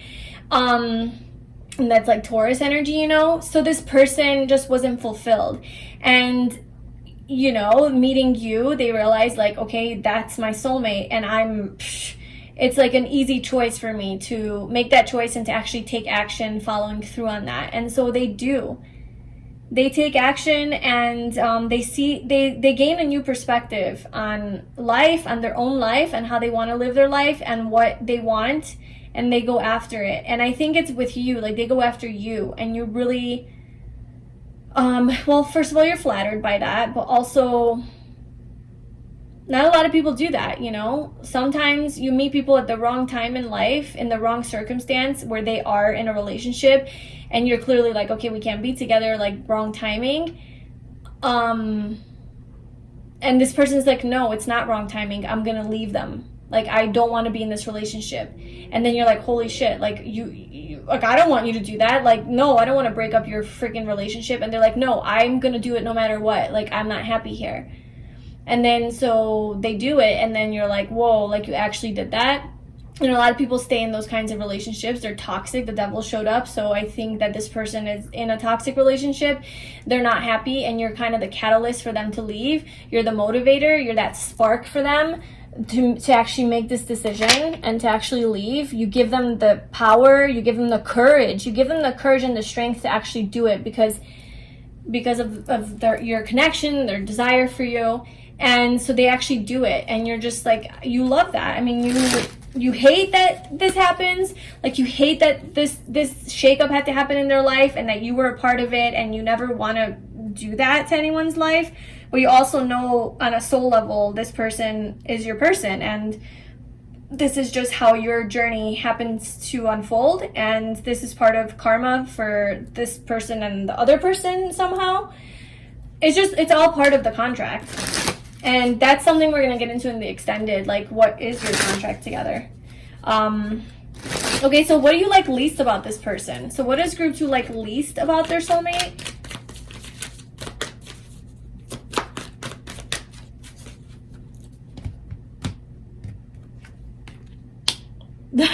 The person that they're married to or that they're in a relationship with, the Queen of Pentacles.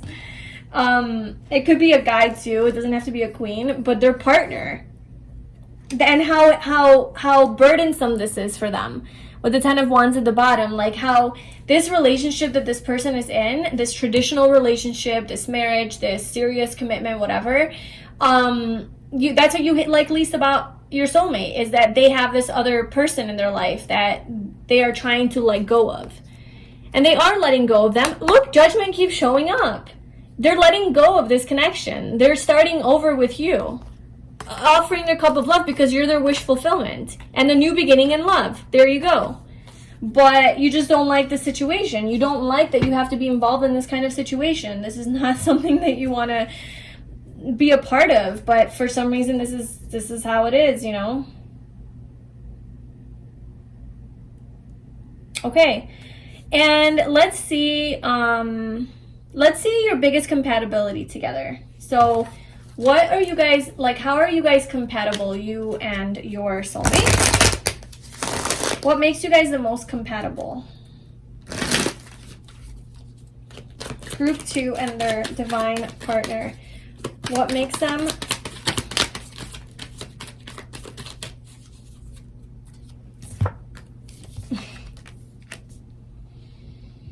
I think you guys are both equally on the same page about when something is heavy and no longer serving you and just making you feel burdened and exhausted and tired, that it is dysfunctional, you need to move away from it. You need to move towards calm, peace waters.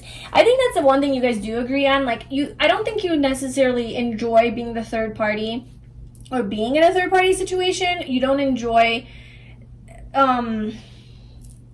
you know, causing havoc on someone's relationship, even though you didn't really do anything. It was just like destiny.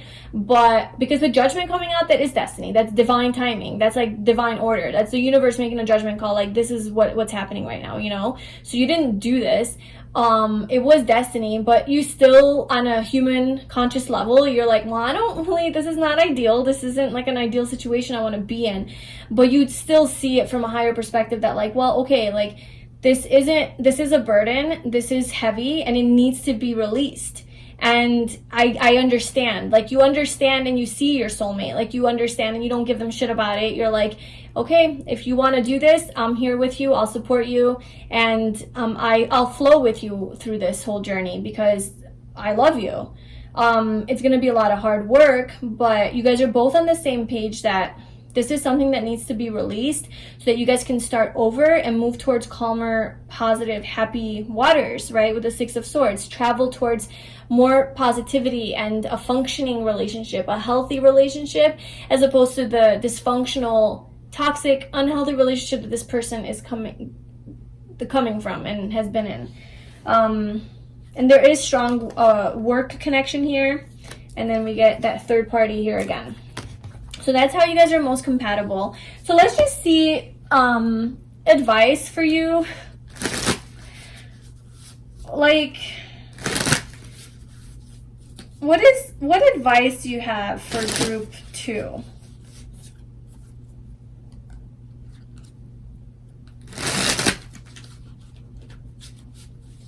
About this connection? What advice do you have for group 2 regarding their connection with their soulmate or their journey to their soulmate?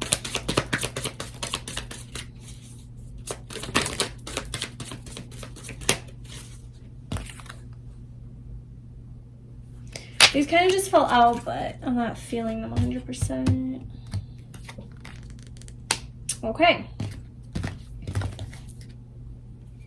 So I feel like what the universe wants you to know is, like, with this 555 energy coming through, this is telling me that you need to embrace change. So when this change happens and this havoc, you know, everything blows up in your face and this tower moment happens, don't resist the change. It's cleaning out the closet. Like, it's cleaning out the clutter from your person's life. This needs to happen, and somehow you are a part of this mess. Like, if it wasn't for you coming into this person's life, this person would never realize or have the courage to leave their partnership, and you motivated them, and not because you told them to, but because of their feelings for you and your connection together.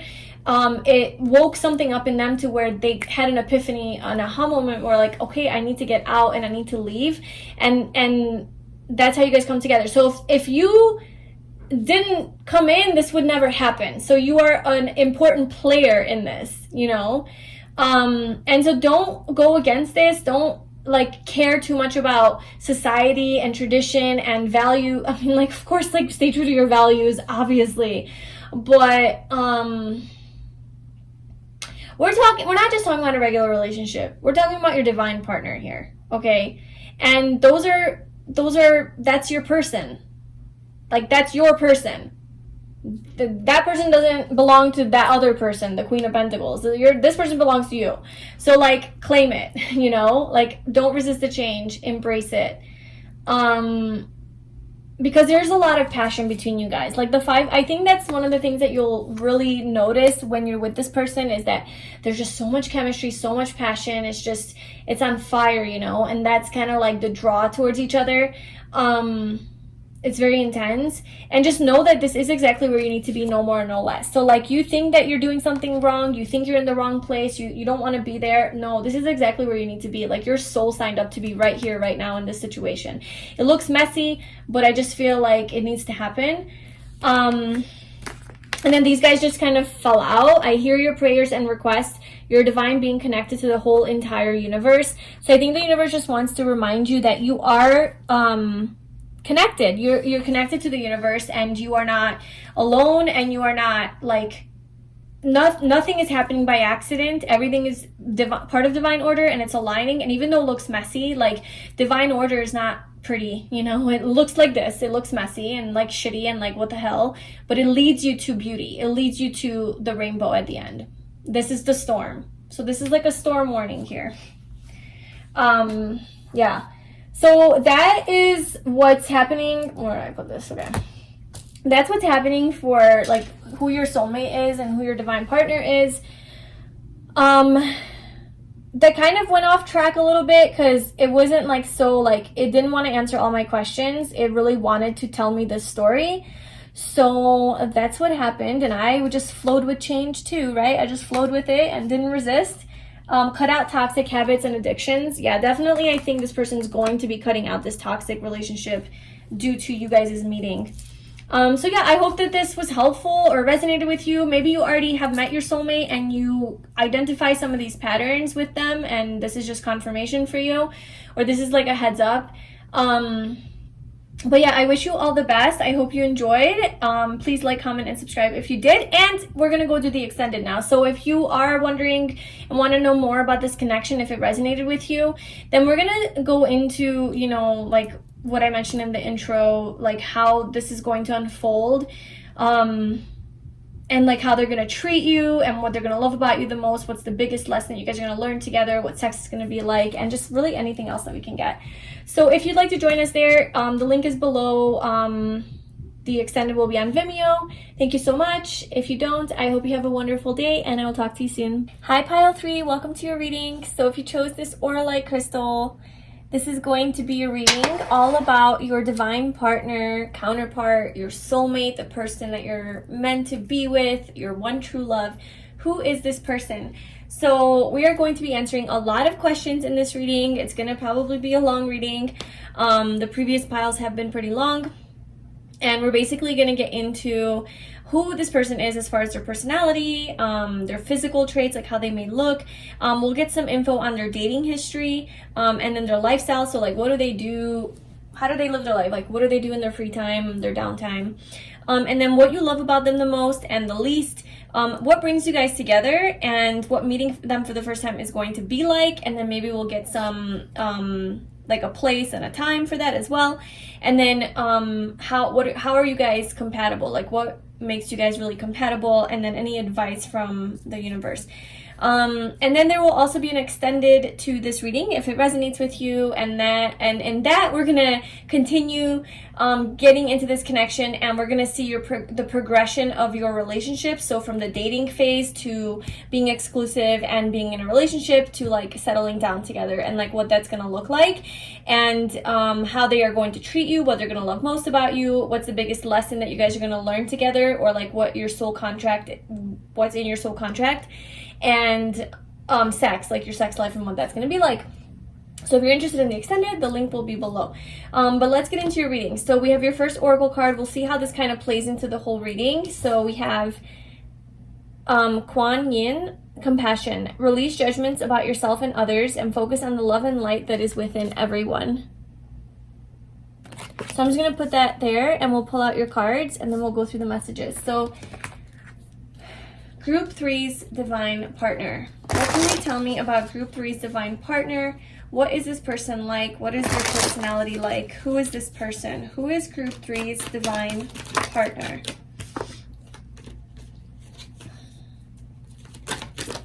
I'm gonna pull like on my own. I'm not taking flyers, but I did see the Emperor. So that's like the divine masculine. That's Aries energy.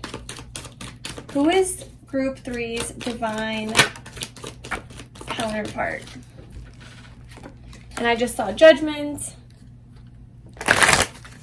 And then we also have release judgments about yourself and others. So maybe there's something to do with that.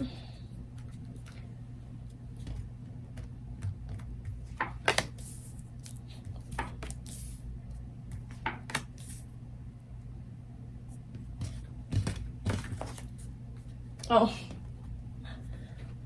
Okay, so we have the Four of Swords, the Queen of Pentacles, the World, and the King of Pentacles at the bottom. And I'm going to pull some cards as well about their personality. So what is Group 3's soulmate, divine partner's personality like? What can you tell me about who this person is, how this person is? What is their personality like? We have reflective and introspective. Definitely with the Four of Swords, I'm getting that with this person. We have anxious, fire sign. So they could be an Aries, Leo, Sagittarius. I did see the Emperor, which is Aries energy. What else can you tell me about Group 3's soulmate? We have outgoing.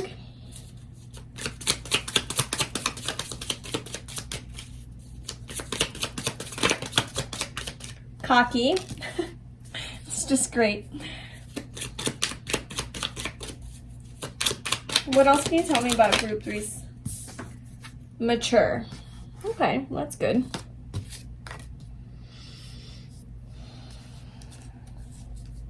Okay. And then we have weird and unique at the bottom. Weird and unique at the bottom. Okay, so let's go through this message and then we'll pull all of the other cards. Okay, so what I'm getting about your soulmate and like who this person is. Well, first of all, this is the type of person that wants to be in a relationship and likes to be in relationships and is very stable, loyal, trustworthy, grounded. They're very loving, caring. They take care of the family. They work hard. They're very successful, I feel, materially. They do like... I feel like they're very career-oriented or, like, you know, they work hard. They're a hard worker, and they are focused on attaining wealth or material prosperity or just, like, having a nice home. We have the Queen of Pentacles with the King of Pentacles. I mean, obviously, these are counterparts, so I just feel like this is just showing that you guys will definitely get married or just, like, have a life together that's going to be very stable. Maybe it'll be a little bit more traditional. This person could be more traditional. We also have the Six of Cups at the bottom, so that's just showing and confirming that this person is your soulmate. I'm not going to jump to say that this person is just completely conventional and traditional because we also have this fire sign energy and this outgoing energy. So they could have like a mix of those two. But I just feel like they, I mean, this is Taurus energy, and then we also have Virgo, Capricorn. So this is just kind of showing me that your person does enjoy some level of routine and habit and tradition. not to say that they're just completely like stubborn in their ways and set in their ways, but they do enjoy like the more traditional things in life. I think they enjoy the finer things in life, luxury, good food, good music. I feel like they're very romantic, and they definitely like to take care of their spouse or their girlfriend or boyfriend. They're, you know, I mean, we have both energies. We have the feminine and the masculine coming through. So I guess like however that resonates, like whatever gender you're looking for. But I feel like they definitely are stable and very independent, and they are wealth, or like maybe they're not wealthy, but they definitely are well off financially, and they're very like secure in that area. Like physically, they're very secure.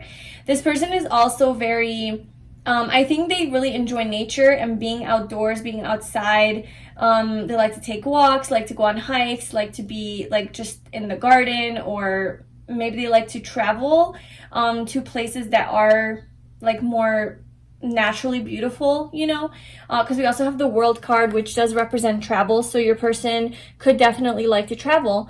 Maybe they travel for work, because this is like work energy. You guys might meet at work actually, because that is like work energy, and also like there's like counterpart energy here. So but I do feel that your person, your soulmate, is looking for their partner. Okay, so they are like the type of person that isn't like confused about what they want in life, isn't confused about like, oh, do I want to be in a relationship? Do I not? Do I want love and romance? I kind of like my independence. No, this person's like, I know that I want to be in a relationship. I'm looking for my wife or my husband. Like they're very adamant about it, and they're very like, they know it. Like that's what they want. And we also have reflective and introspective, and this goes really well with like the Four of Swords. So I feel like your soulmate is the type of person who takes the time to really reflect and contemplate their feelings, their thoughts, their life, and isn't just about like ignoring things and suppressing them and denying them or ignoring them or like running away from things. I think it's a beautiful quality to have, because not a lot of people reflect. Like, you'd be surprised. Like, I meet people, or even just like dating people, and like I'm always like the type of person who like reflects on the experience and, okay, what did I learn? Like, what went wrong? Like, what can I do better?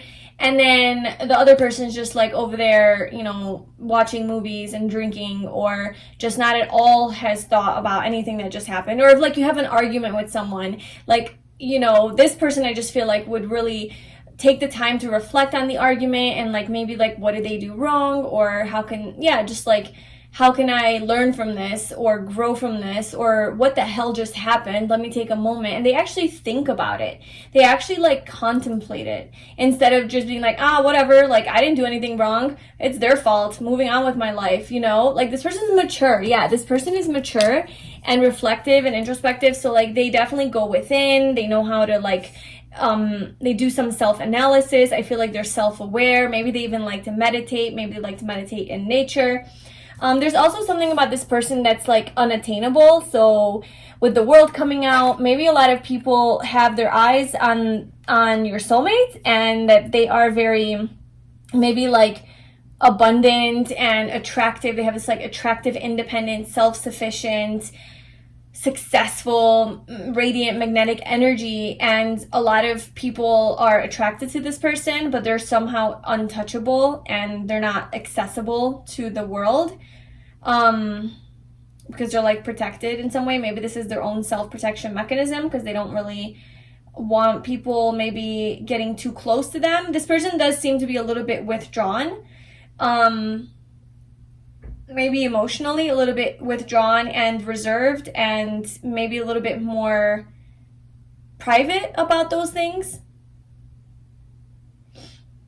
But they definitely don't avoid their emotions, is my point. It's not like they don't like think about it when they get home. It's just maybe they don't necessarily share it with other people. This person does deal with some anxiety. Yeah, and maybe that's why this person has learned to like meditate or maybe journal or something like that, do some sort of anxiety relieving exercises, because they deal with some anxiety and they need to like learn how to get out of their head and find inner peace and calm. So they have some sort of coping mechanisms around that, which is really good. This person is also very structured, and I feel like they're the type of person that likes to plan things out. They like to know what's, I mean, we have outgoing and fire sign, which is like a more spontaneous and adventurous energy. So I feel like when this person needs to like, you know, be fun and go on an adventure and go travel, like this person's all in.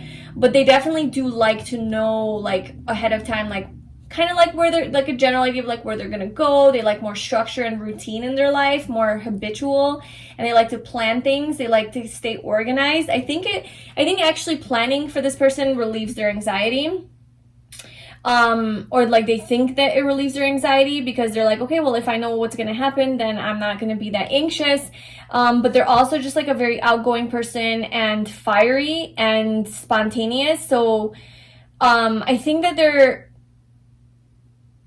they have a pretty good balance between those two, you know, where like you are like just like you like to plan and know everything, and then you also are spontaneous. I think that they're trying to find balance between the two, because it might give them more anxiety when they come up with a plan and the plan falls through, and then they're like, damn, like now what do I do? So then they have to learn how to be like, okay, let me act on this, like, you know, impulse, like let me improvise, like what do I need to do? And so I think life has shown them that they can't live completely attached to their plans, and because they never actually happen the way that they think they're going to happen. And so this person has learned to go with the flow a little bit more, and I think that they gained a lot of this like maturity and like wisdom through their own like self-reflection and introspection. So I feel like this person has that quality to them.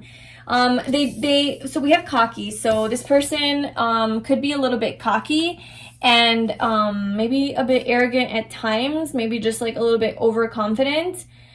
And they are very outgoing and they're exciting. I mean, with this fire sign energy, I do feel like they're fun, they're adventurous, they're funny. They're like a charming person, like fun to be around, very friendly, very easy to approach. Easy to get along with. They're very passionate. I feel like they're very sexual and just exciting, and they like to live their life, but they also have a lot of stability. So this isn't just some like player type of energy where like, ooh, I want to go and do everybody. You know, this person is very stable, very grounded. They know what they want. They would make a great husband or wife, but then they also have this like really fun side to them that like you guys would have a lot of fun together, because they're a little bit weird and unique. So they're not like your regular person. And then let's get some physical characteristics about them. And sorry for the glare from the sun. Okay, I think I solved our sun problem. Okay, so let's get some physical characteristics about your soulmate, your divine partner. So what can you tell me about group 3's divine partner? How do they look? Can we give them some clues? So we have short hair, we have nice legs,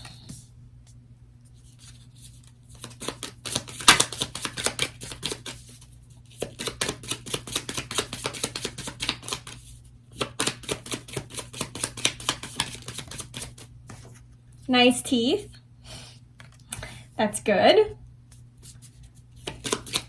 Whatever that means. Maybe they have like a nice smile, or they have straight teeth, or nice and white, or clean.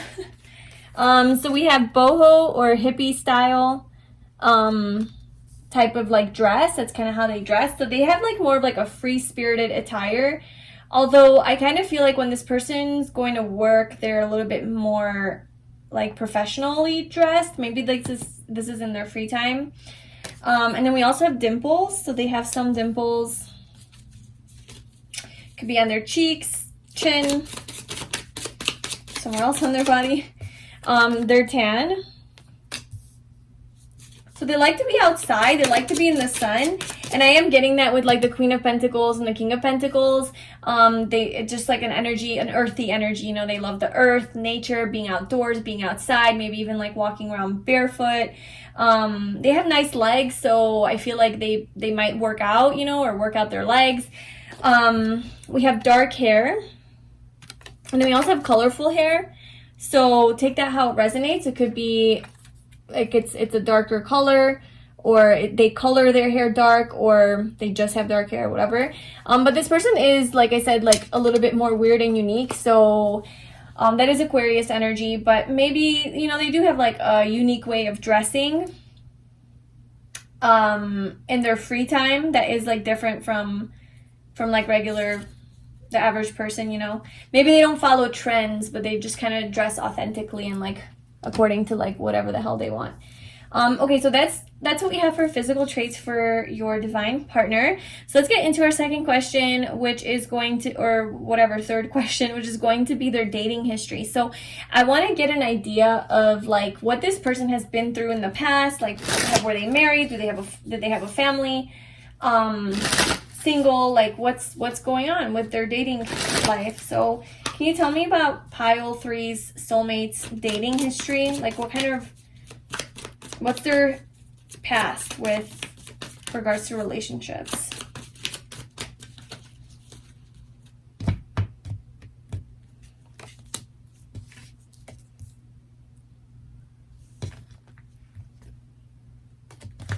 Okay, so we have the Knight of Cups and the World, and we have the 6 of Wands at the bottom. So I feel like this person has had romantic relationships. Maybe they have had several of them, and I feel like a lot of them were successful. Like, I don't necessarily see anything like horrible here. I feel like generally this person is a romantic person with the Knight of Cups here. So this person knows how to treat their woman or their man. Like, they are very charming and romantic and sweet, you know, and loving, and just like sharing of their emotions, and very forward about like how they feel, and you know, just like a very cute, like loving, sweet energy. So I feel like this person treats their people well.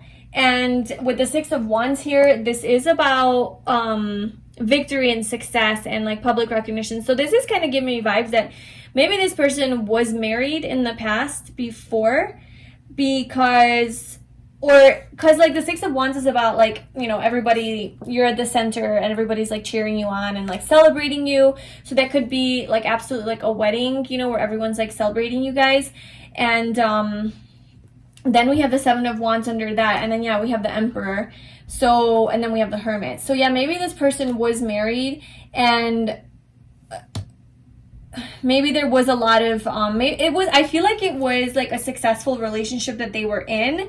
It's just because like the 7 of Wands is about like haters and like people hating on you guys, and usually that means like when you reach a level of success in your life, then that's when you'll start to have like a lot of people hating on you.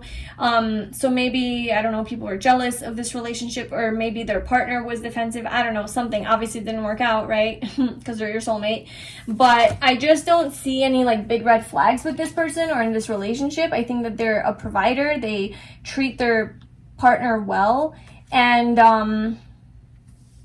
but it came to an end. It was like with the World, it's like there was a completion of that cycle. So it's either like one person that they were in that was like, I'm getting like kind of serious, at least one person, but then there could have been other relationships as well. Let me just get one more card just to see like what happened with this connection, or like what else do we need to know about group 3's person's dating history. The 2 of Pentacles. Okay, so this person came to a point in their life where they have choices, and they're like, what do I want with my life? Like, how do I want to move forward? And they were at a crossroad and like a point of indecision and not knowing what to do. Yeah, a decision about love, a decision about their connection with the Lovers. And they wanted their Empress. well, the Emperor keeps showing up for who your person is, but it could, you know, obviously they don't have to be a man for that if you are looking for a woman.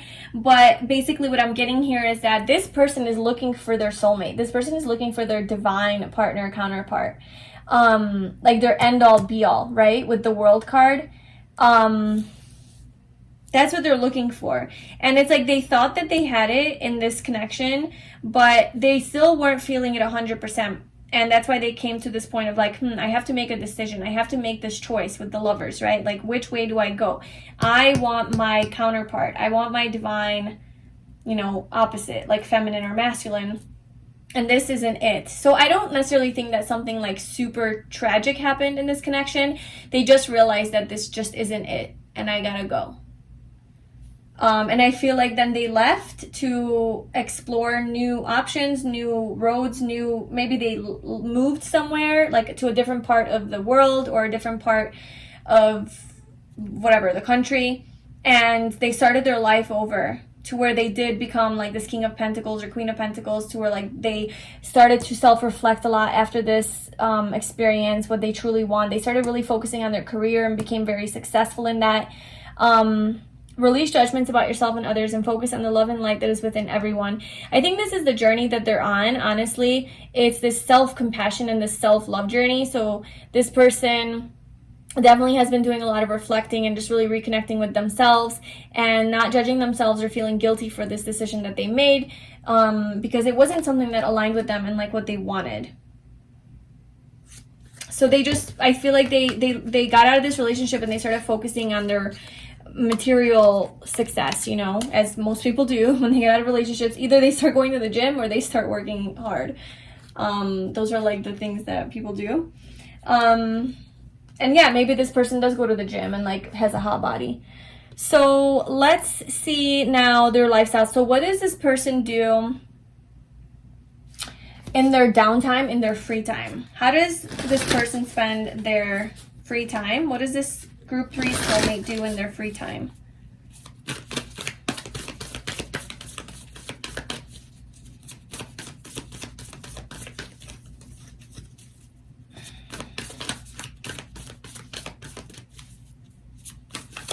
With the Knight of Cups, like their dating history, I mean, this won't be for everybody, but if this person was in a serious relationship and if you are older and looking for an older person, this person could have a teenager as like a son, or a girl, I guess it could be too, but I'm getting kind of like teenager, older, so like not like a child, but just like a little bit older, or maybe even a grown-up, like young adult child that they have.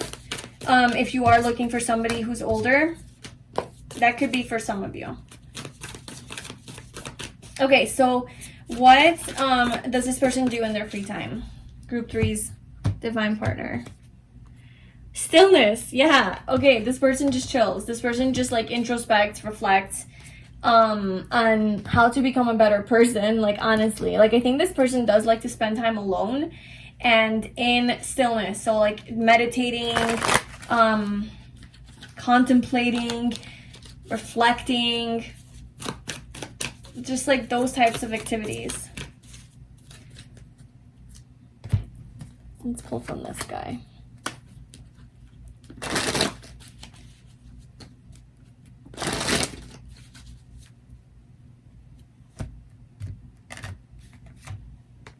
Yeah. What this person does in their free time is I think they really take the time to focus on what it is that makes them happy and how they can get there.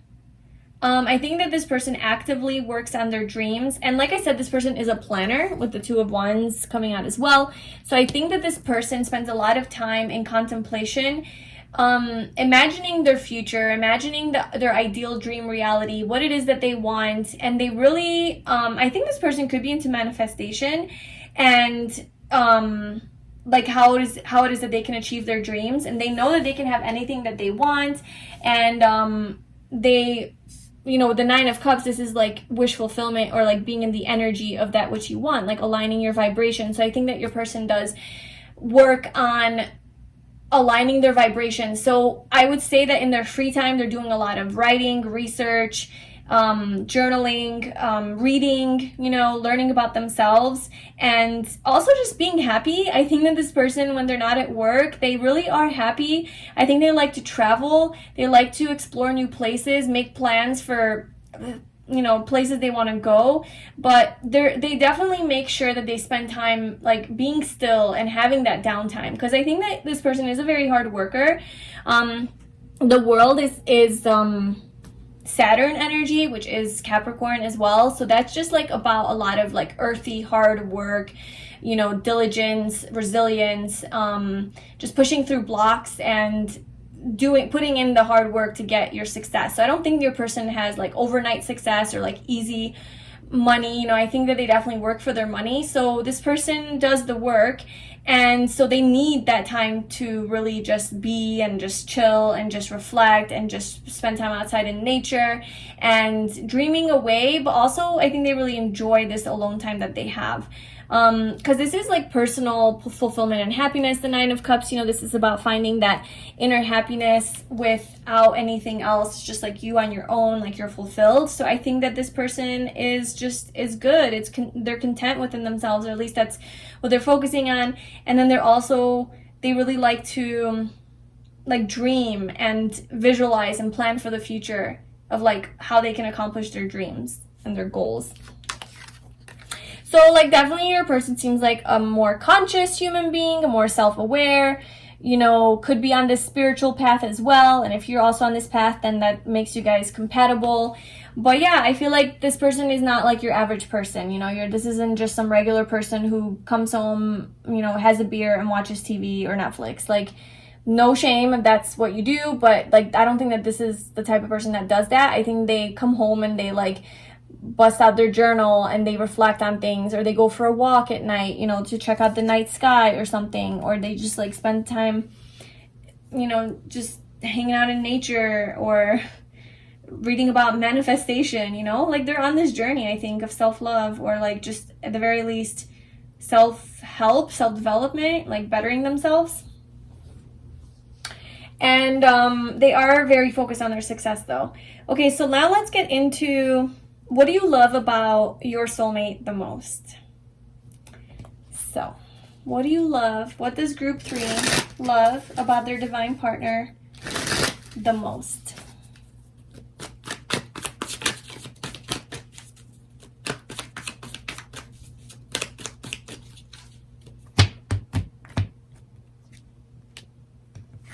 And then let's see what you like about them the least. What does group 3 like about their soulmate the least? I have to shuffle in between because I have slight OCD with that. Okay, so the 8 of Swords kind of flipped out. Okay, and then we have the 9 of Cups at the bottom. This person is, okay, remember how like anxious was coming out and like this person deals with some sort of anxiety? I think that maybe their work stresses them out, or just their own thoughts or whatever, but I think this person like extra deals with anxiety. Like they have maybe like an overactive mind, you know, just very like they tend to overthink a lot and worry a lot. Like that's maybe they could definitely be like an air sign, you know, Gemini is big on this, or, you know, Libra or Aquarius, but they're always in their head, and they genuinely, I think, need that self-therapy of like just being and just like meditating and like trying to get rid of these thoughts or whatever, or find calm, you know, relax their mind. And I think that's why when in their free time, you know, they do spend a lot of time in stillness, because it's like an actual like problem for them. And the reason I'm getting that is because what you least like about them is the 8 of Swords. So I think that you don't, not that you don't like this about them, but I feel like it really doesn't make you feel good that this person does deal with a lot of anxiety, and this is self-imposed. This is just, like I said, like self-doubt, skepticism, overthinking, living in fear, not really trusting your intuition, you know, just being worried about stupid things that don't matter, or just making decisions out of fear instead of your truth and authenticity and following your heart. And I think that you don't like this because it really gets in the way of you guys like being completely free to live like an authentic life or just like an exciting life, because a lot of times your person might overthink some things that you say or take it in the wrong way, and that's because they're coming from this place of like maybe insecurity, or maybe they're easily triggered because they have this like, you know, way of thinking. But I definitely see that they're working on it. So it's not just like they just have this problem and okay, here it is, but they're actively working on it and they're trying to better themselves, but it's like they're dealing with it, you know. And also you feel bad for them, I think. Like you don't want to see them in this sort of like worried state and energy, and you want them to be more free. But what you love about them the most, it's funny, is the Six of Swords. So what you actually really love about this person is that they are working on it, and that they are taking actual physical action steps to finding more inner peace and calm. Because the Six of Swords is about moving away from the Five of Swords, which is conflict, mental conflict, and like that ego energy, you know, and moving towards calmer waters with the Six of Swords. And that's usually mental, right? The swords represent the mind, thoughts, all of that. So this person definitely is taking action steps to find that peace and that calm in their mind. And you really, really love that about them. Like you hate that they have it, but like they're also working on it. So like you love that quality in them, because they're actually doing something to find their own internal happiness, right? With the Nine of Cups, like they're actually taking action towards solving their problem and healing, instead of just complaining about it and not doing anything. Like they're not a coward, like they actually do something about it. Okay, so what brings you guys together? Let's see. What circumstance brings group 3 together with their soulmate? What happens here?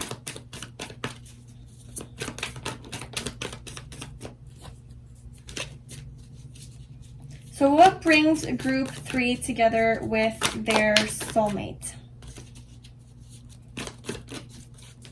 How do they come together?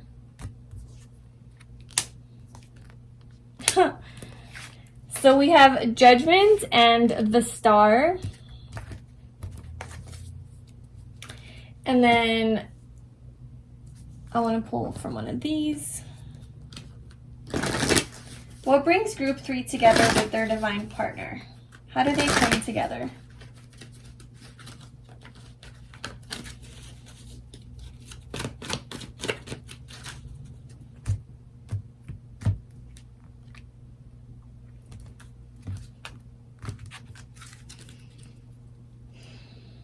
It could be, we have the Garden and the Gates, number 30, and then we have Judgment. And I did see Judgment, remember earlier when I was shuffling that it kind of showed itself. And then we also have like Release Judgment about yourself. So there's something here with Judgment. Also the Star. So, okay, one thing that I'm getting here is maybe somebody's in the spotlight from the two of you, whether that's you or this person.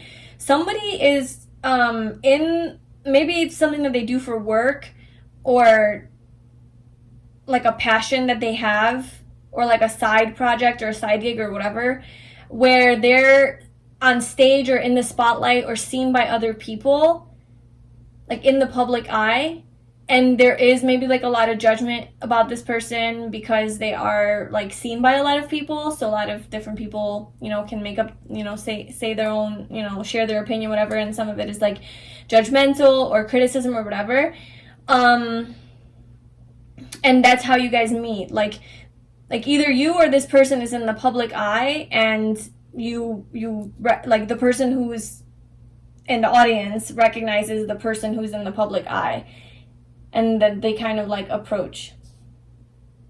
So whoever that is, if that's not you, then that's this person. If that's you, then they're coming for you. But yeah, so with the Star, there could be some distance between you guys, some travel that takes place. So maybe you are like in a different place where you're like traveling somewhere, or out of your comfort zone. You're not in your hometown, or you know, you're not in your comfort zone. Like you're somewhere else. Like you're at a concert. That's not your comfort zone, right? Because that's like a random place. You're at a book signing. You're at a seminar. I don't know, like fill in the blank, but you're somewhere, or like you're on vacation somewhere, you know, you're traveling somewhere, and like that's where this person is. And then we also have the garden and the gate. So this is kind of showing me that this little person here is about to leave this garden and go out into the world. And she's very comfortable here. She has all her flowers, her little basket. It's very abundant. Like, it just seems so cozy and comfortable. But she knows that she can't grow and elevate unless she leaves this garden and goes out and sees the world for herself and leaving her comforts behind. So it's like she has the key to her own success and to her own abundance and to her own growth, but she has to make that choice. So there's something here about like somebody having to make a choice to leave your comfort zone, getting out there, maybe being seen by a lot of people, maybe the potential of being judged by other people and disliked by other people, right? Rejected, whatever. But it's like you have to do it anyway. So this could be you, or like this, you're at this point in your life. With judgment though, it's also like it's a judgment call from the universe. Judgment to me is always like divine timing, divine order, divine orchestration. It's just a very divine energy and divinely guided energy. So how do you guys come together is like the universe sort of orchestrates and guides you guys together. And the star is also a very beautiful, special, these are both major arcana. So I feel like your meeting with this person is going to be very divinely guided, and it's going to be a powerful meeting. Like, it's going to feel sort of serendipitous. It's going to feel like the stars aligned for you guys. Like everything just kind of worked out, like it just flowed. Like, what are the chances of this meeting? And like that's how you guys meet, is like, what are the chances of this? You know, this and this and this and this had to happen in order for us to meet. Like, whoa, the universe really was working overtime. And that's kind of how you guys get together. And let's see how that's actually going to be. So like meeting this person, we also have the Nine of Wands at the bottom. So I kind of feel with this, it's going to be a journey to meeting this person. Okay, like the Nine of Wands is like the wounded warrior. So it's like you've been through some stuff, you know. That's why you become the wounded warrior. Like, you've fought your battles, you've had some challenges, and here you are. And so I kind of feel like maybe you getting to this position in wherever you are in your life, where like you are like in the spotlight, or you're at this place where you're not really like comfortable, but you made it, you're there. It was a journey to get there. Like, it wasn't just easy, like, okay, let me hop on a flight and go. It was like, oh, okay, you cried, you faced your fear, you journaled about it, you talked to your friends about it, then you went back, you're like, no, I'm not doing it, okay, fine, I'll go. It was a journey, like either an internal emotional journey or a physical obstacle journey, where like it took, like, you had to cross over 500 mountains to get there. I don't know, it just seems like a journey, but it's well worth it. And the universe the whole time was like guiding you there and orchestrating it. But it does take for you to get out of your comfort zone to meet this person. So there is an element here about leveling up, rising up into the star that you are, into your light, and owning that. And maybe that is being seen by others, coming out of your comfort zone, coming out of the closet, and just showing yourself, your true self. And like, there's a chance that you could get judged by other people, but by you doing this, this person recognizes you and sees you, and it's like, oh my God, that's my person, something like that. And now we're gonna do, okay, so what is meeting them for the first time going to feel like or be like? So for group 3, what is meeting their soulmate going to feel like and be like? What is that whole experience going to be like? And if you wanna, okay, that one wants to be there. And if you would like to give us some timing, that would be great as well. So what is it going to be like to meet for the first time? How is that going to feel for group 3 to meet their soulmate for the first time? Oh my God, there's the Judgment card. Okay, so you're going to meet this person, and I think immediately you guys are going to have great conversation. Like, you guys are going to hit it off. You're going to have so many things to talk about. It's not going to be awkward and like awkward silences and like, I don't know what to say, I'm nervous, like I can't talk, like, okay, yeah, sure, you could be nervous. But with the Page of Swords, it's like there's gonna be so much to talk about, and you guys are gonna be so curious about each other, asking each other a lot of questions. And like I said, this is going to be serendipitous. So it's going to feel like the universe sort of aligned this and made this happen for you guys. It's going to feel like a whole new, fresh beginning. Fresh, like I'm getting fresh and new, and kind of like something that you didn't expect. Something kind of out of nowhere, but it's very exciting and you're very intrigued. Like, I think you guys are very curious about each other, intrigued, like, interested, you know, just kind of like wanting to know more and more and more. And it feels like it's exciting. It's exciting. It's new. It's not boring. It's not old. It's not like what you know. It's not what you know, because the Page of Swords is this new energy, new communication, new insights, new perspectives. So I think that when you guys meet for the first time, you guys are going to be sharing like new perspectives, or like maybe like just the way that you think is like a certain way and the way that they think is a certain way, and it's like gives you guys each other aha moments, because the Judgment card is also about like clarity and spiritual awakening. So I think that the first time that you guys meet is going to be pretty powerful. It's going to feel very new and exciting and just great conversation, great back and forth flow. I think you guys are going to be very witty with each other, very flirtatious. This is like Gemini energy, just a lot of flirting going on. And a lot of jokes being made, and you guys just get each other, you know. They understand how your mind works, you understand how their mind works. It's just like very sharp and just clear communication. And I think it's going to give a lot of like there's going to be a lot of realizations during this first meeting that you guys have together, during these conversations that you guys have, like moments of like, oh my god, yeah, wow, what, you live here too, or you know that person too, or oh my god, I don't know, just like I just feel like a lot of epiphanic moments are going to happen in this little first meeting with this person.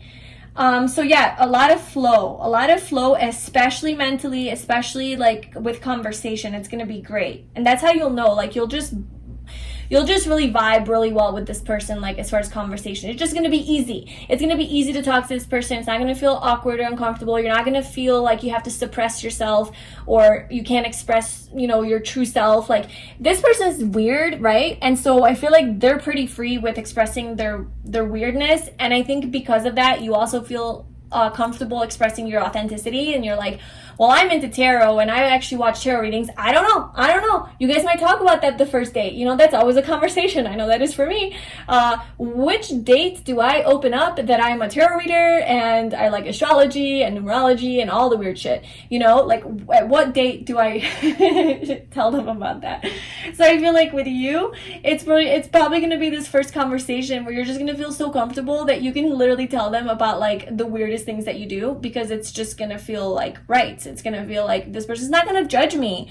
Okay, yeah, with Judgment, I am actually getting that there is no judgment between you guys. You guys are not judging each other. That's why it's so easy to talk to each other, because you don't feel like this person's going to ridicule you or laugh at you or judge you or think you're weird, because they're already so weird themselves that they probably do like some of the things, and you guys could actually bond over that, you know. And this person's very friendly. Like, we have the King of Wands energy, so I just feel like whether they're a guy or a girl, they're just very charismatic, very personable. The King of Wands guy, like, you can talk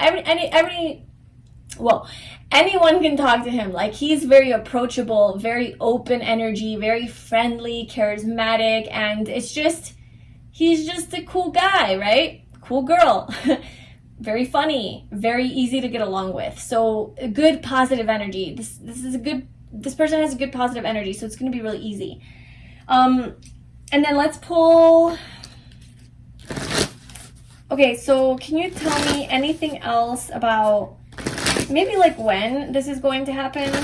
When is group 3 going to meet their soulmate, or anything else that you can tell me about their first time meeting them? look at the bigger picture. Full moon in Sagittarius. This person, yeah, I'm getting the Sagittarius energy when I was talking about the King of Wands energy. Also, it could be Aries or Leo, but like Sagittarius for sure. And so this could be during Sagittarius season, which is, end of November and December.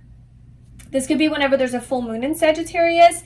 But with Sagittarius, this is like a quicker moving energy. So I don't think that this is going to happen like in 500 years. I think this is something that is going to happen pretty soon. I mean, time is relative, but like pretty soon around the corner. Like I would say, with Judgment coming out twice, I do think that it's kind of the universe's call of whenever you guys are ready. Like when everything is aligned perfectly and the stars have aligned, that's when you guys would meet. We have the number 30, so we have 20 twice, right? We have the number 17, we have the number 30. So 2020, that is a year, and that already passed.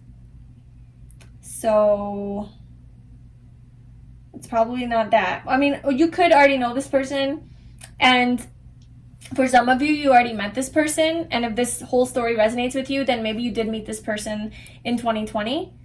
But honestly, with 20, 17, and 30 coming out, obviously we don't have any months for that. So this could be in like 20 weeks. So that's what, 5 months? 17 to 30 weeks. Or months. But I'm getting faster energy. I'm not getting a strong timing, not gonna lie. Like, I'm not gonna force it. Like, sometimes they come out, and like in pile 2, the timing came out in the extended because we needed the full story, and then finally the timing made sense and it came out. Whereas like in the YouTube reading, like the timing wasn't really coming out because there was more info still. So maybe that will happen here too as we continue the reading. But Sagittarius is like a sign. It could be that. And then also travel. I think there is travel involved here.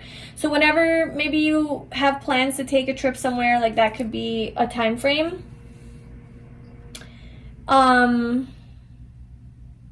Yeah, so let's move on to what is your, how are you guys compatible? What makes you guys so compatible? What area in life or like within yourselves makes you guys so compatible? So group 3 and their soulmate. So we have the moon. Okay, so first of all, I think that, emotionally, you guys are very compatible. You guys have a really strong emotional connection. I think you guys are both very intuitive and you guys really connect on that level. I think also though, you guys are very compatible mentally and with like conversation, because obviously that was coming out here. But in it, maybe like talking about like your deeper, yeah, okay, maybe that's what it is. Because the moon is about the subconscious mind. It's about the unknown, the hidden mysteries, secrets, just things that are below the surface. And so this could be like parts of your life or you or the things that you do or you like or you enjoy that you don't necessarily like talk about to everybody. So that could, like an example could be tarot. Like maybe you won't go up to the first person that you're dating and tell them in the first 5 minutes that you are into tarot. Maybe that would be something that you talk about later because, that is pretty judged in our society or whatever, and people put people like that in a box, and nobody likes to be put in a box on day one. So maybe this is the type of stuff that you guys feel really comfortable talking to each other about, like those things about yourselves that are a little bit more quirky and weird and unique and different and not normal, not like what society would deem normal. This is the type of stuff that you guys actually bond over and are really comfortable. And with the moon, this is also about showing your vulnerabilities, your deeper feelings, your fears, the things below the surface. So this is where you guys are compatible.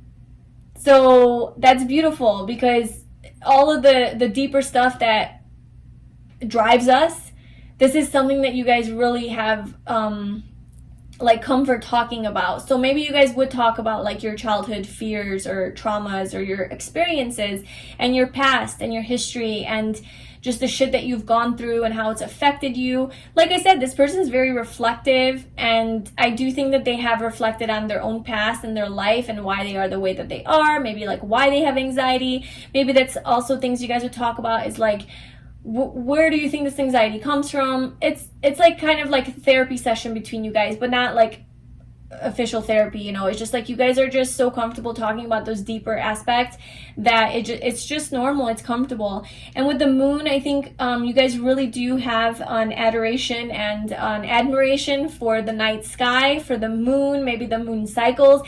Maybe you guys are both pretty moody and easily, like, your emotions change really quickly.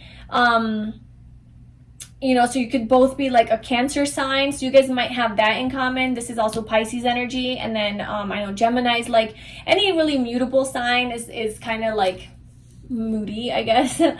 But so yeah, maybe that's something else that you guys can, like, that you guys, it makes you guys compatible. So I feel like your zodiac signs are compatible as well, especially your moon sign. So whatever, I don't know what's compatible with what, but you know, I'm sure there's plenty of videos out there. I think whatever your moon sign is, like not your sun, but your moon sign is, and whatever their moon sign is, I think that they're very like compatible together. They could be the same sign if that is compatible, but it just, like, you know, like an example would be like a Pisces moon with a Cancer moon. I'm just pulling shit out of my ass because I don't know if that's actually compatible, but I'm assuming water with water would be compatible. So that's something. And with the moon also, I think you guys really do like to be outside, like in the night, like during the nighttime, looking at the stars. And family, I think family is important to you guys, like your home life, right? The moon, which is like Cancer energy, it's like 4th house. So and again with childhood, I think like just child, like maybe you guys have similar childhoods and you guys really bond over your experiences, that you guys have gone through similar things, and maybe similar wounding you have, or like a similar attachment style. But also like your home life, family life maybe could be similar. You guys could come from similar backgrounds. I just feel like on a deeper emotional level, as far as your feelings and your values, that how they relate to your emotions, like they're really similar, and you guys really emotionally are on the same page. Okay, now we are going to get some advice from the universe. So what advice do you have for group 3 in meeting their soulmate or anything else about this connection? So any advice that you have for group 3, what advice do you have?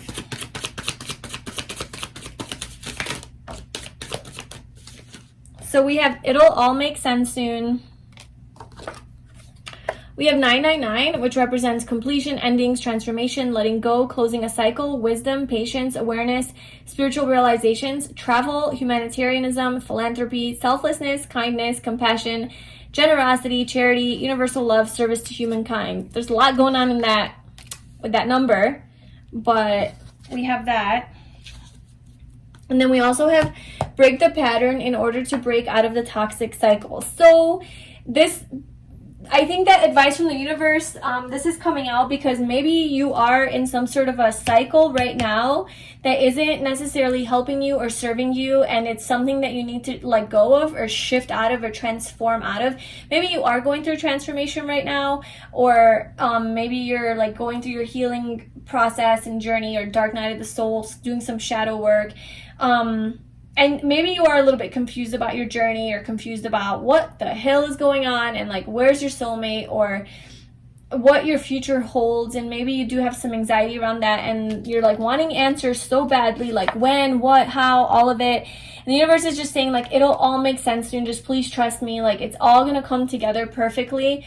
You don't know right now because you're not meant to know. But like I said, this connection is very divinely guided, like legit, and the universe is orchestrating all the things, and it's gonna be a very serendipitous meeting with this person. That's how you guys are gonna come together. So it's gonna make sense. The stars are gonna align, you're gonna see, but there is something you have to break out of. There's something you have to let go of with this 9 energy here. 9 in numerology is all about letting go. It's the completion of a 9-year cycle. You could be in your 9th personal year right now, which you would calculate by adding up your birthday and the year of your last birthday. So let's say your birthday was June 21st. That's my birthday. My last birthday was in 2021, June 21st. So I would do 6 plus 2 plus 1 plus 2 plus 0 plus 2 plus 1. And that adds up to a 5. So I'm in my 5 personal year from this birthday to the next birthday. So if you do that for yourself, you might actually be in a 9 personal year where you are going through this like deeper, darker stuff and transforming and letting things go. And or not, like you don't have to be, but basically you're just going through this phase. And you're being called to really step up and to release these things that are not serving you. And that could be a relationship. It could be a thinking pattern. It could be just people in your life, friends, toxic people, job, just a way of living, a lifestyle, eating habits, just something has to be like transformed, you know? So you need to break out of this pattern that's causing some toxicity in your life. And I think that is going to get you, that's like part 1 of like this divine order.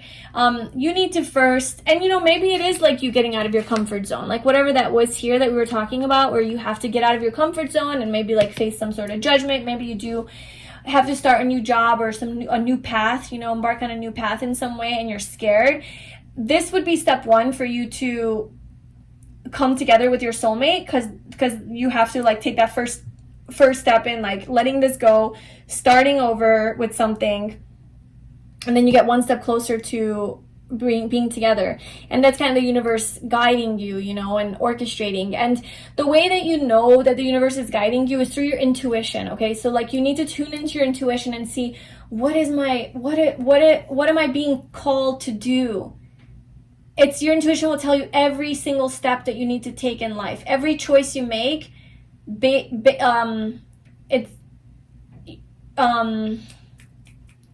what's the word I'm looking for? Every choice you make, like, I don't know what the word is, but basically like base it in your intuition. So like if let your intuition tell you what decision you need to make. If it's something is calling you to do this and go this way, just freaking do it.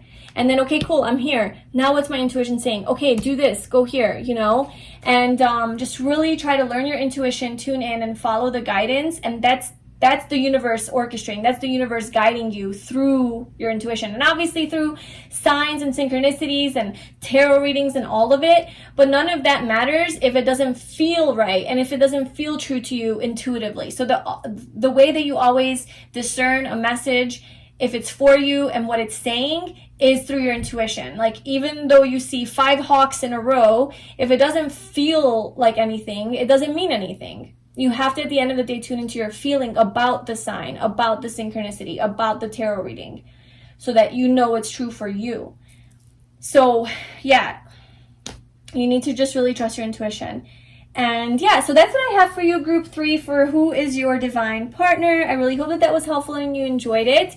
If you would like to continue this reading, we're going to go into the extended on Vimeo. You can find the link to that below. We're going to get more into this connection about your dating, you know, how that's going to be, and then into a relationship and like settling down with each other and what that's going to look like, how they're going to treat you, what they're going to love about you the most, what lessons you're going to learn together in your sex life and all that good stuff.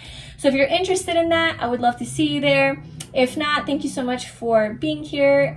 Please like, comment, and subscribe to my channel if this resonated with you, and I will see you in my next video. Bye.